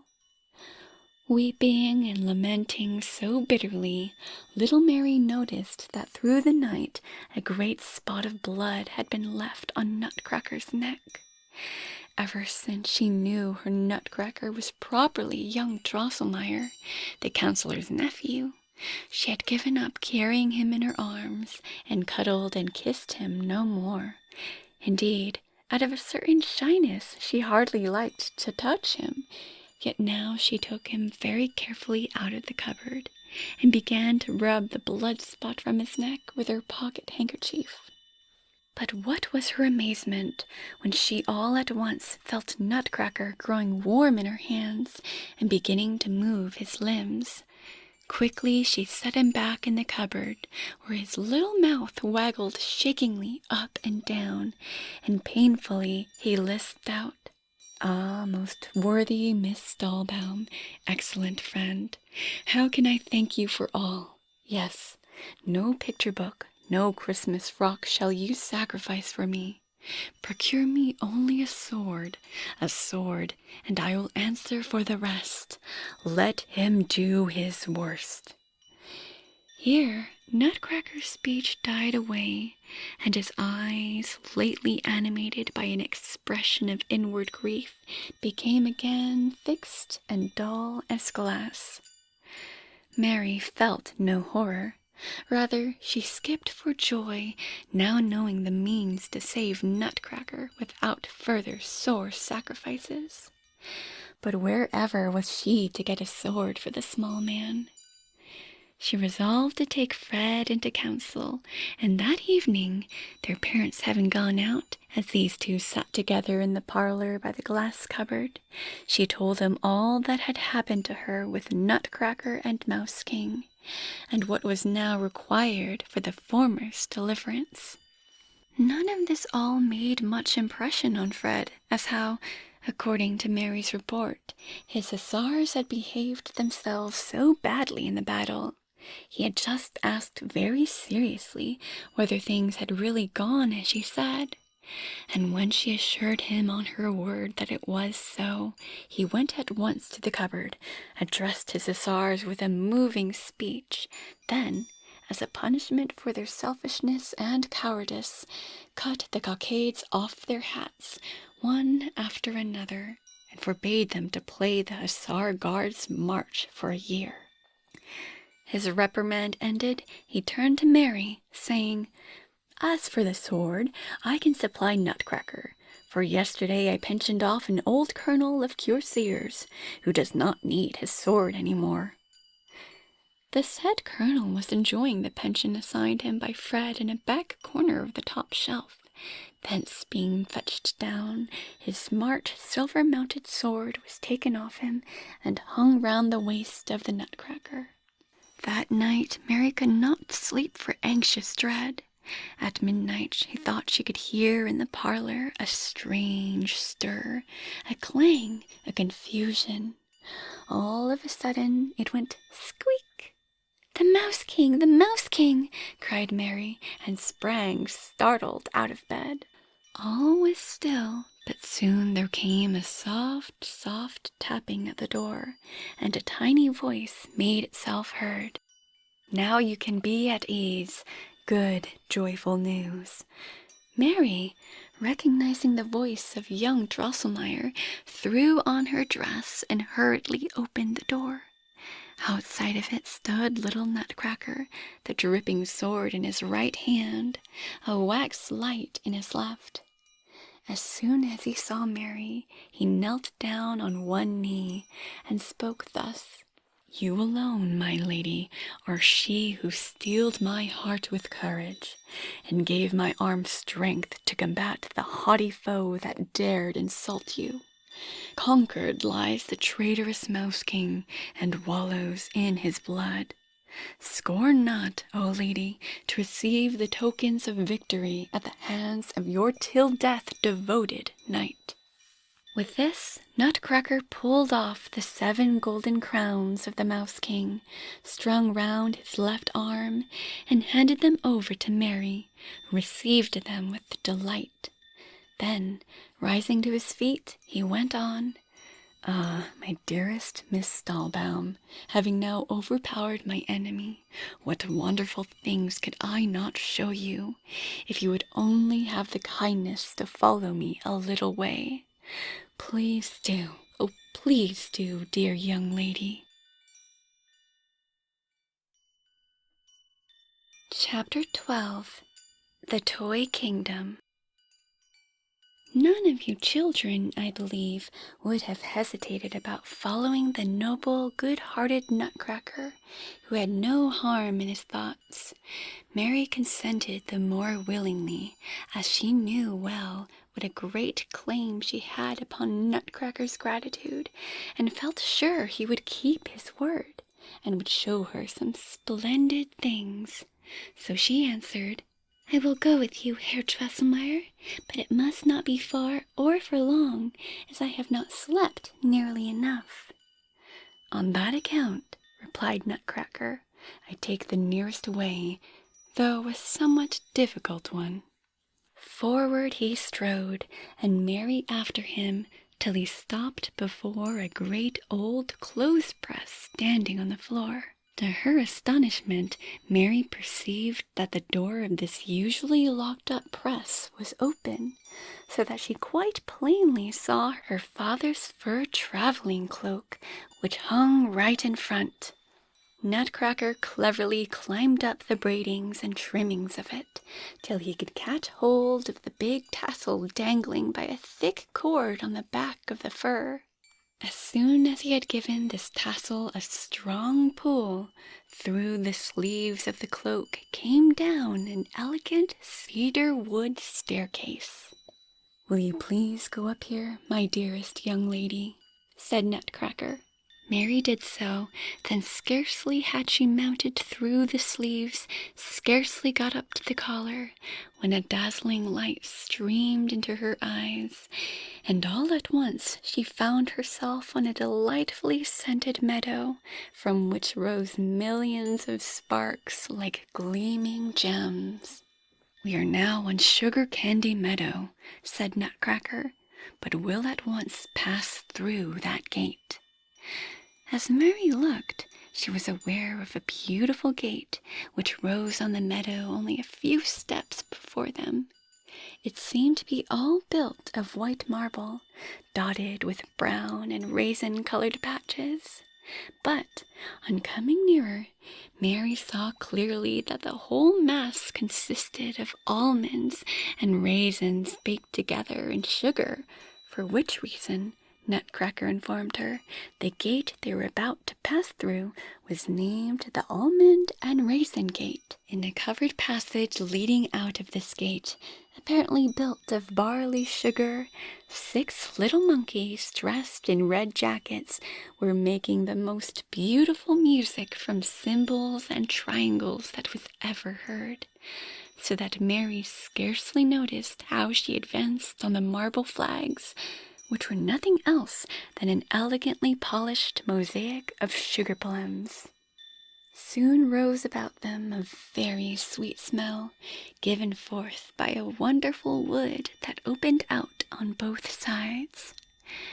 In the shady glade was such a bright sparkling and glittering that it could be plainly seen how gold and silver fruit hung on the brightly colored stems, and how trunks and branches were all adorned with ribbons and nosegays, like the guests at a joyful wedding party.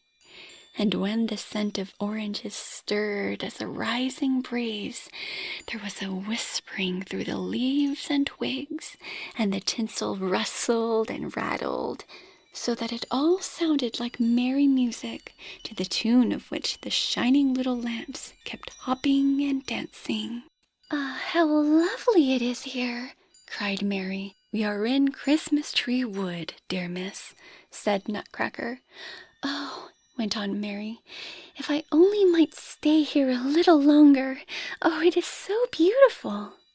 Nutcracker clapped his little hands, and forthwith came up some small shepherds and shepherdesses, hunters and huntresses, who looked so frail and white that one could believe them made of pure sugar. But Mary, though they were wandering through the wood, had not yet noticed them. They brought out the dearest little armchair, all made of gold, laid a cushion of licorice upon it, and very politely invited Mary to sit.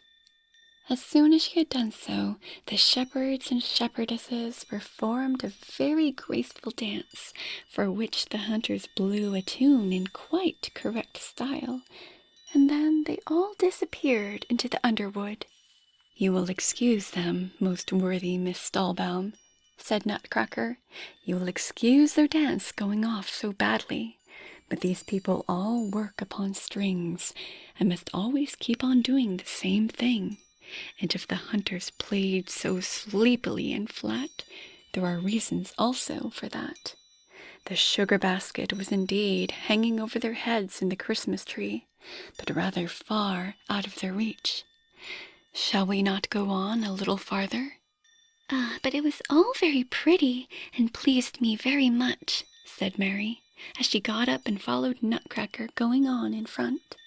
Their course lay along a sweet, rippling, purling brook, out of which seemed to rise the rich odors that filled the whole wood. "It is the orange brook," said Nutcracker, in answer to her inquiry. "Yet apart from its fine scent, it is nothing for size and beauty to the lemonade river, that likewise falls into the coconut milk sea." In fact, Mary soon caught a stronger sound of rushing and dashing, and came in sight of the broad lemonade river, whose noble gray-tinted waves wound their way through a glowing greenwood lighted up with carbuncles. A singularly fresh, bracing coolness was exhaled by this splendid water. Not far off there rolled slowly by a dull yellow stream that sent out an uncommonly sweet smell, on the banks of which sat all sorts of pretty little children, who were fishing for small, thick fish, and ate them up as soon as caught. On coming nearer, Mary remarked that these fish looked like filberts. Some little way up to the stream lay a very nice village, houses, barns, church, parsonage, all dark brown, with smart gilded roofs, and many of the walls were colored as if citron peel and almond kernels had been stuck in them. "That," said Nutcracker, "is gingerbread ham, which lies on Honeyburn. Some very pretty people live there, but they are mostly in low spirits, because they suffer much from toothache, so we will keep away from it." Just then Mary perceived another little town, which consisted of nothing but gaily tinted, transparent houses, and was most beautiful to look at. Nutcracker went straight towards it, and now Mary heard a wild, cheery din, and saw how 1,000 dwarfish folk were in the act of examining and unloading many high-packed wagons which stood in the marketplace. But what they took out of these wagons appeared nothing but brightly colored papers and the silver coverings of chocolate sticks. "We are in Bonbon's town," said Nutcracker, "and there has just arrived a convoy sent from Paperland by the Chocolate King. The poor people of Bonbon's town have recently been seriously threatened by the Fly Sultan's army, on which account they are covering their houses with the supplies from Paperland and throwing up fortifications of the strong materials which the Chocolate King sends them. But, dear Miss Stahlbaum, we will not visit all the small towns and villages of this country. On to the capital, to the capital.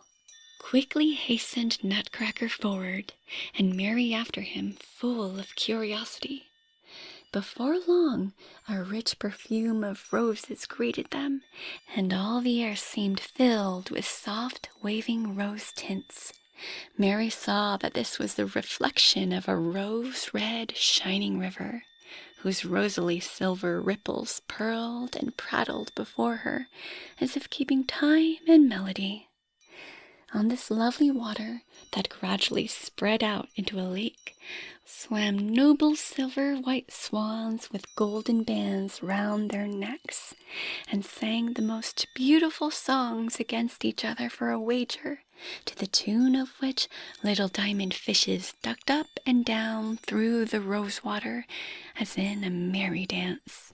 "Ah!" cried Mary, quite excited. "This is really the lake which Godfather Drosselmeyer once promised to make for me, and I myself am the girl who is to play with the darling swans." Nutcracker gave such a scornful laugh as she had never heard him do, and said, "A thing like this your godfather can never manufacture. Don't you trouble about that, however, but let us sail over the Rose Lake to the capital on the other side."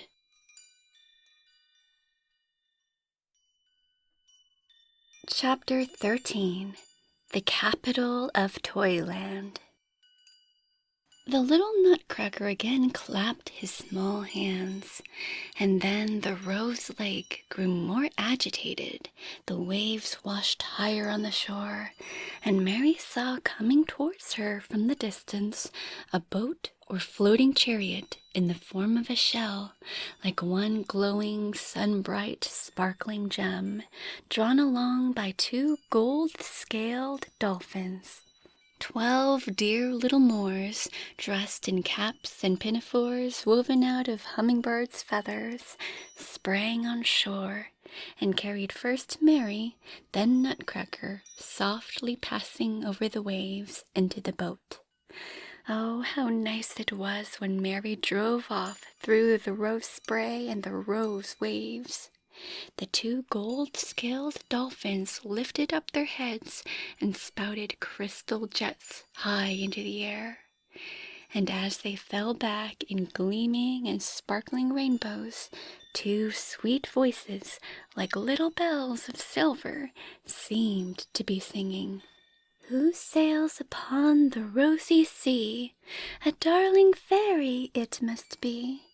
Little fly, shoo, shoo, little fish, boo, boo, swans, ta, ta, goldfinch, tra-la, stream, run low, winds, soft blow, all peace today, for here comes a fay."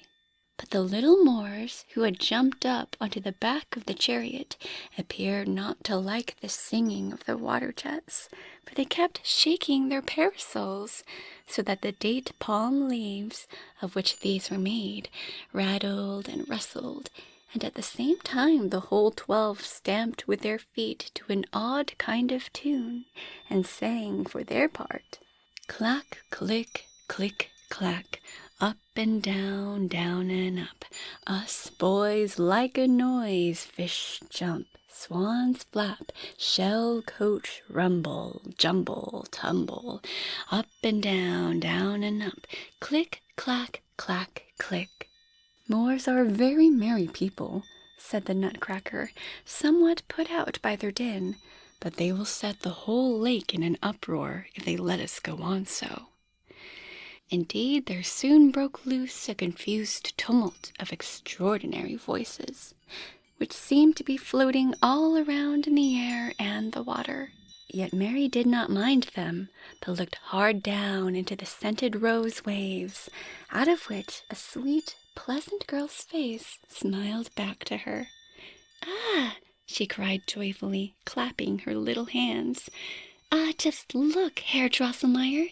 Down there is the Princess Pirlipat, who smiles at me so graciously. Do look, dear Herr Drosselmeyer." But Nutcracker sighed almost mournfully and said, "Oh, dearest Miss Stahlbaum, that is not the Princess Pirlipat. That is always and only yourself, always only your own pretty face that smiles so sweetly out of the rose waves." At this, Mary quickly drew her head back, shut her eyes tight, and felt much ashamed. Next moment she was lifted out of the shell chariot and carried on shore by the 12 boys.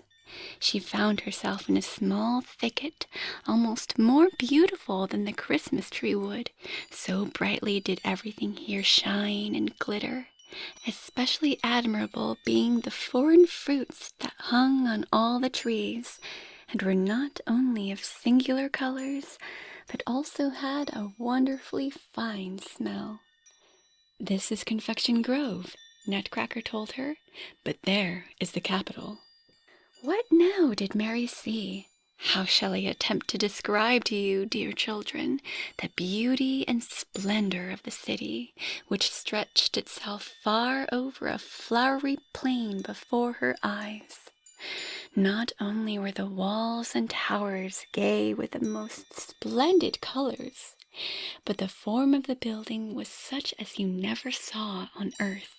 For, instead of thatch, the houses had beautifully carved crowns on the top of them, and the towers were capped by the most lovely gay garlands ever seen, like the ornaments of a wedding cake.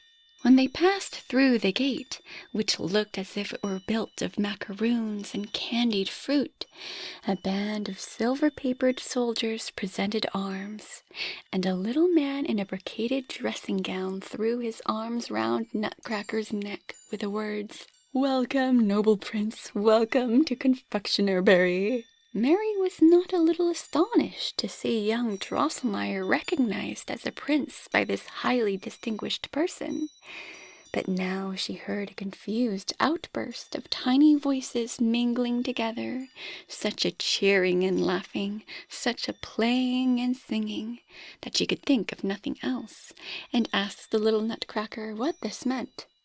"Oh, my good Miss Stahlbaum," answered he, "this is nothing remarkable. Confectionerberry is a prosperous, lively city, and every day some kind of amusement goes on here. But be pleased to come a little farther." A few steps brought them out upon the great marketplace, which presented a splendid sight. All the houses round it were of open sugar-work, story rising over story, and in the middle stood a tall, sugar-coated cake tree like a monument, and on each side of this a very skillfully made fountain spouted in the air lemonade, ginger beer, and other nice drinks, while into the basins below ran pure rich cream which you might spoon up at once without any further trouble. But prettier than all were the dear little people who swarmed around by thousands, in and out, hurrahing and laughing and joking and singing. In short, raising that merry din which Mary had already heard from some way off. There were finely dressed ladies and gentlemen, Arabs and Greeks, Highlanders and Indians, officers and soldiers, shepherds and soldiers, grand Turks and tomfools, harlequins and columbines, in fact, all kinds of people you would find in the world. At one corner the tumult grew greater. The people thronged together, for just then the Grand Mogul had himself carried by in a palanquin, attended by 93 grandees of his realm. But it happened that at the other corner of the Guild of Fishermen, 500 strong were holding their festival, and it was a pity that at the very same time the Turkish Sultan had the idea of taking a ride over the marketplace with 300 janissaries, and yet another solemn procession, clanging and chorusing, crowded round the cake tree. What a pressing and pushing and shoving and quarreling then came about! Soon, too, there were many cries of distress, for in the crush a fisherman had knocked off a Brahmin's head, and the Grand Mogul was nearly upset by a tomfool. Wilder and wilder rose the din, and the crowds were already falling to blows, when that man in a brocaded gown who at the gate had greeted the Nutcracker as prince climbed up on the cake tree, and, after 3 times ringing a very clear tinkling bell, called out thrice, "Confectioner! Confectioner! Confectioner!" At once the tumult was calmed, every one trying to escape from the confusion as best as he could. And when the entangled processions had got clear of each other, the muddied Grand Mogul had been brushed clean, and the Brahmin's head set on again, the merry uproar broke forth anew. "What does it mean, that confectioner, dear Herr Drosselmeyer?" asked Mary. "Ah, my good Miss Stallbaum," answered Nutcracker, "confectioner is the name given here to an unknown but very dreadful power, of which people believe that it can do with them what it will. It is the fate that rules over this little merry folk, and they fear it so much that through the mere mention of its name the greatest tumult can be appeased, as Mr. Burgermeister has just shown us.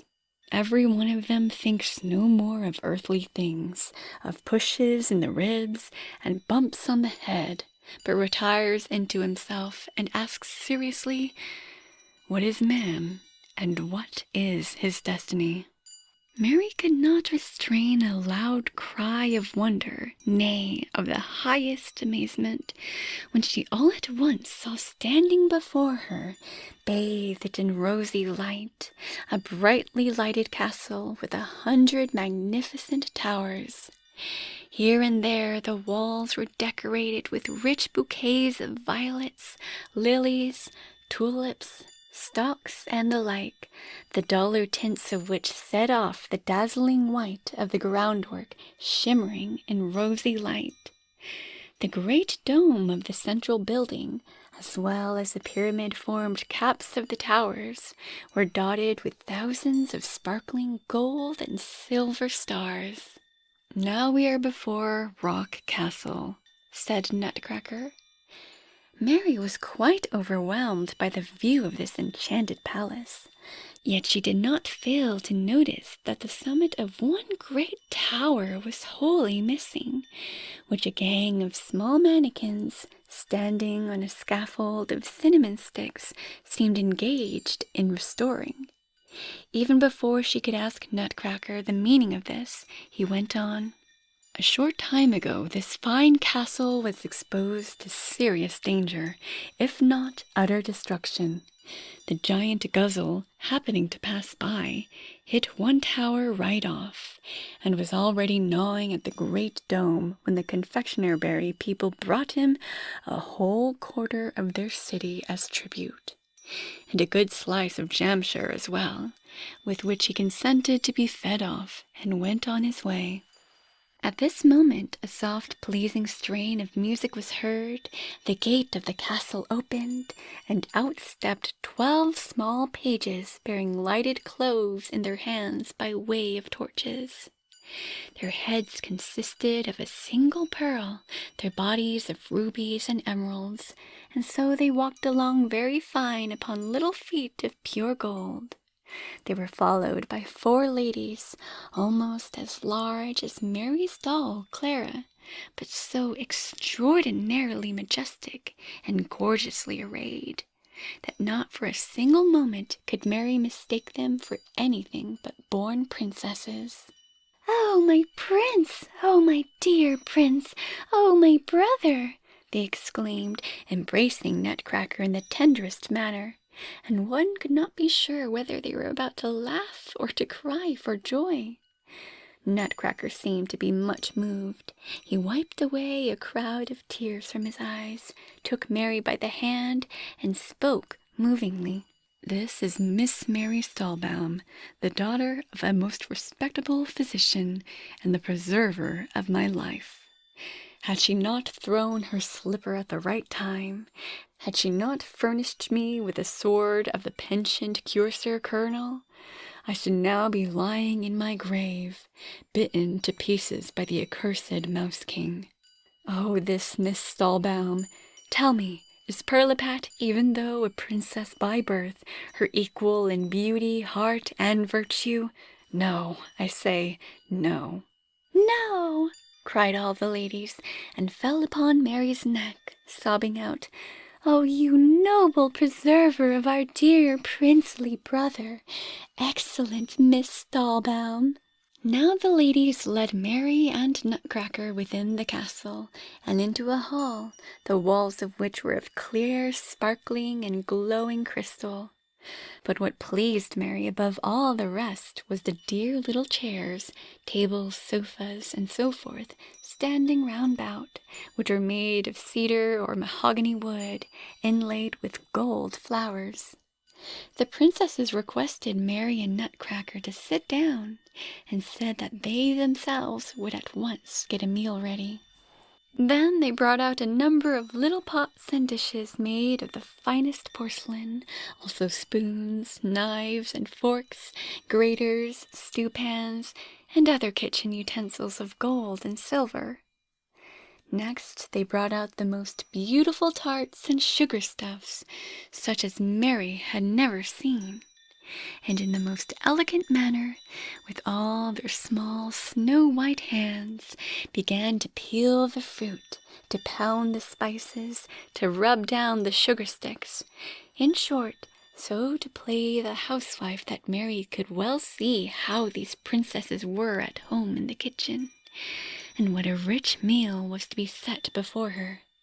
Feeling conscious that she could now show herself mistress of such matters, she secretly wished the princesses would let her assist in their work.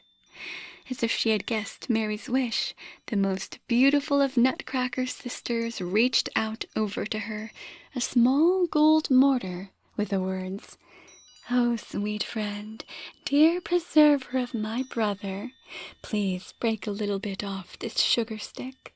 While Mary now pounded away at the mortar so heartily that it sounded quite pleasant, as if a pretty tune were being chimed forth, Nutcracker began to relate in full how the grim battle between his army and the Mouse King's had gone, how he had been beaten through the cowardice of his troops, how then the hateful Mouse King would have bitten him all to pieces, and how, therefore, Mary had been obliged to sacrifice many of his subjects, persons in her service, etc., etc.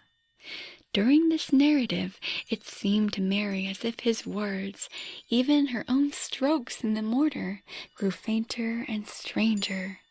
Soon she saw the silver floor rising up like thin clouds of mist, in which floated the princesses, the pages, Nutcracker, her own self. Her ears were filled with a queer singing and ringing and burning that died away in the distance. Now she rose upon swelling waves, higher and higher, higher and higher, higher and higher. Chapter 14. Conclusion.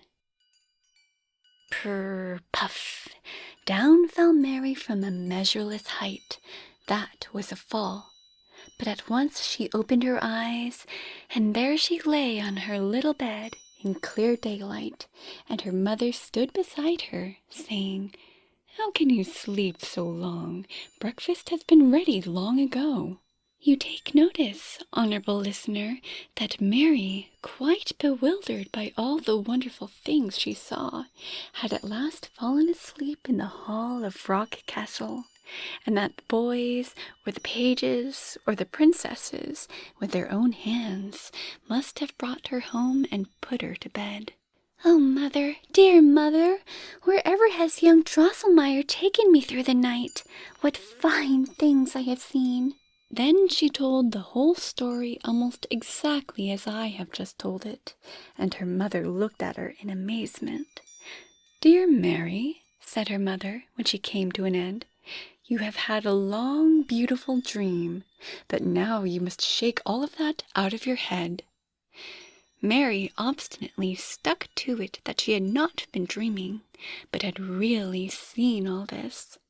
So her mother took her to the glass cupboard, brought down Nutcracker from the third shelf where he stood as usual, and said, "How can you, silly child, believe that these wooden figures from Nuremberg are alive and able to move of themselves?" "But, dear mother," broke in Mary, "I know very well that the small Nutcracker is young Herr Drosselmeyer of Nuremberg, Godfather Drosselmeyer's nephew." At this, both her father and mother broke into a loud peal of laughter.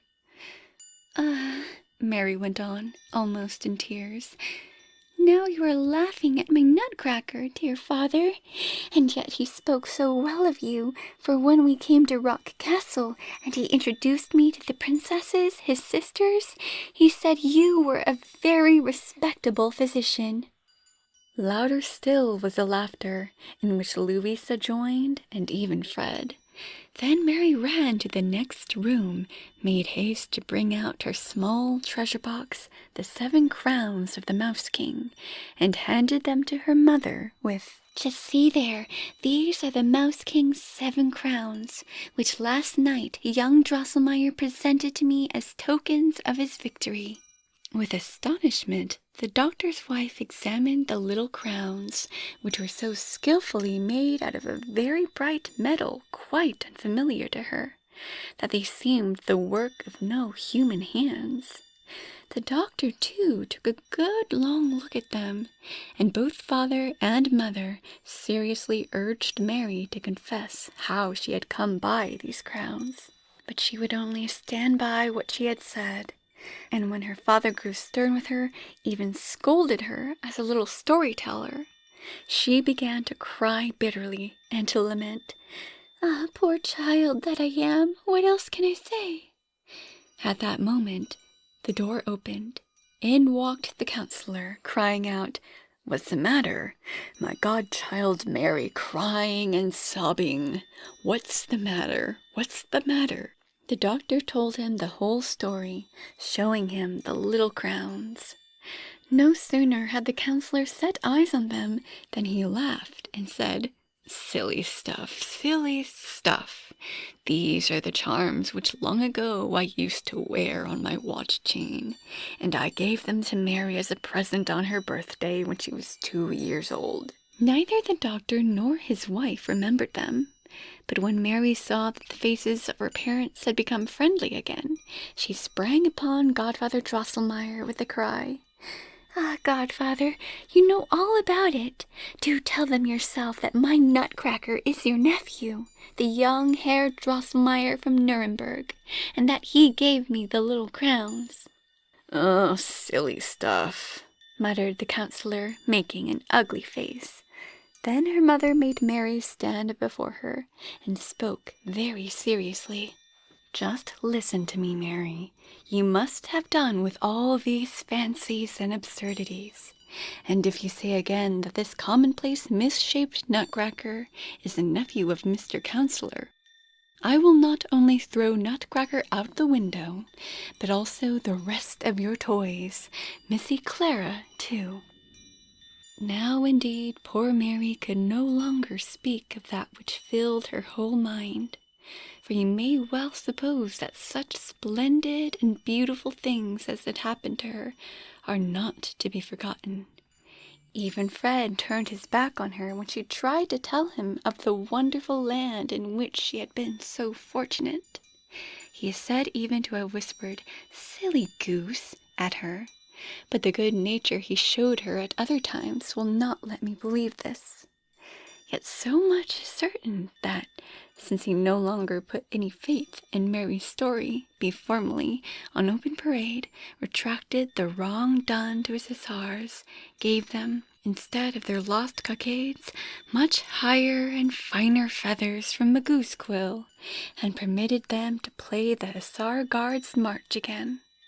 Well, we know what courage these hussars had shown when the mouse balls came whistling at their red waistcoats. Mary might speak no more of her adventure, but that marvelous fairy kingdom still hovered round her in sweetly fleeting visions and beautiful echoes. She saw all its glories once more as soon as she fixed her mind on the remembrance of them. And so it came about that, instead of playing as she used to do, she would sit still and silent, her thoughts far away, till everybody found fault with her for a little dreamer.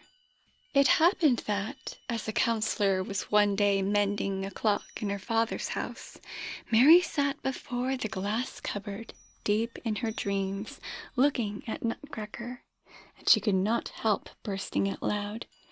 Ah, dear Herr Drosselmeyer, if you were really alive, I would not behave like Princess Pirlipat and despise you when you, for my sake, had ceased to be a handsome young man. Silly stuff, exclaimed the counselor. Then at that moment came such a crack and a jerk that Mary tumbled fainting from her chair. When she came to herself again, her mother was petting her and saying, "How could you tumble from your chair? Such a big girl. Here is a nephew of the counselor come from Nuremberg, so you must be nice and well behaved." She looked up. The counselor had again put on his glass wig and his drab coat, and was smiling very agreeably, and he held by the hand a small but well-formed young man. His little face was as white and red as milk and blood. He wore a fine red coat laced with gold, white stockings and pumps, had stuck in his bosom a most beautiful nosegay, and was most elegantly curled and powdered, and behind his back his hair hung done up in a bag. The little sword by his side seemed to be all jewels, it glittered so, and the small hat under his arm was woven out of flakes of silk. The young man lost no time in showing what pleasant manners he had, for he gave Mary a quantity of splendid playthings, especially the most lovely toffee and the same figures as the Mouse King had bitten to pieces. But for Fred he had brought a wonderful fine sword. At table the polite visitor cracked nuts for the whole party. The hardest could not withstand him. With his right hand he stuck them in his mouth. With his left he pulled up his head. Crack! The nut fell in pieces. Mary blushed rose-red as she looked at the nice young man, and she became still redder when, after dinner, young Drosselmeyer invited her to go with him to the glass cupboard in the parlor. "Play prettily together then, children," said the counselor. "I have no objection, as all my clocks are now in order." As soon as young Drosselmeyer found himself alone with Mary, he knelt upon one knee and spoke thus. "Ah, my dearest Miss Stahlbaum, you see here at your feet the fortunate man whose life you saved on this very spot. You were good enough to say that you would not despise me, as that nasty Princess Pirlipat did, if I became hideous for your sake. Now I am no more a common Nutcracker, but have received again my original, not unpleasing form. Oh, excellent young lady, bestow upon me your precious hand. Share with me my crown and kingdom. Reign with me in Rock Castle, for there now I am king." Mary raised the youth to his feet and said softly, "Dear Herr Drosselmeyer, you are a good-natured, kind-hearted young man, and you also reign over a delightful land with very pretty, amusing people. So I take you for my husband." So then Mary and Drosselmeyer became at once betrothed. When the engagement had lasted a year, He's said to have fetched her away in a gold coach drawn by silver horses. At the wedding dance, 22,000 of the splendidest puppets decked out in pearls and diamonds. And Mary is now queen of a country in which sparkling Christmas tree woods, transparent toffee palaces, in short, the finest and most wonderful things are everywhere to be seen by those who will only have eyes to see them. So ends the story of Nutcracker and the Mouse King.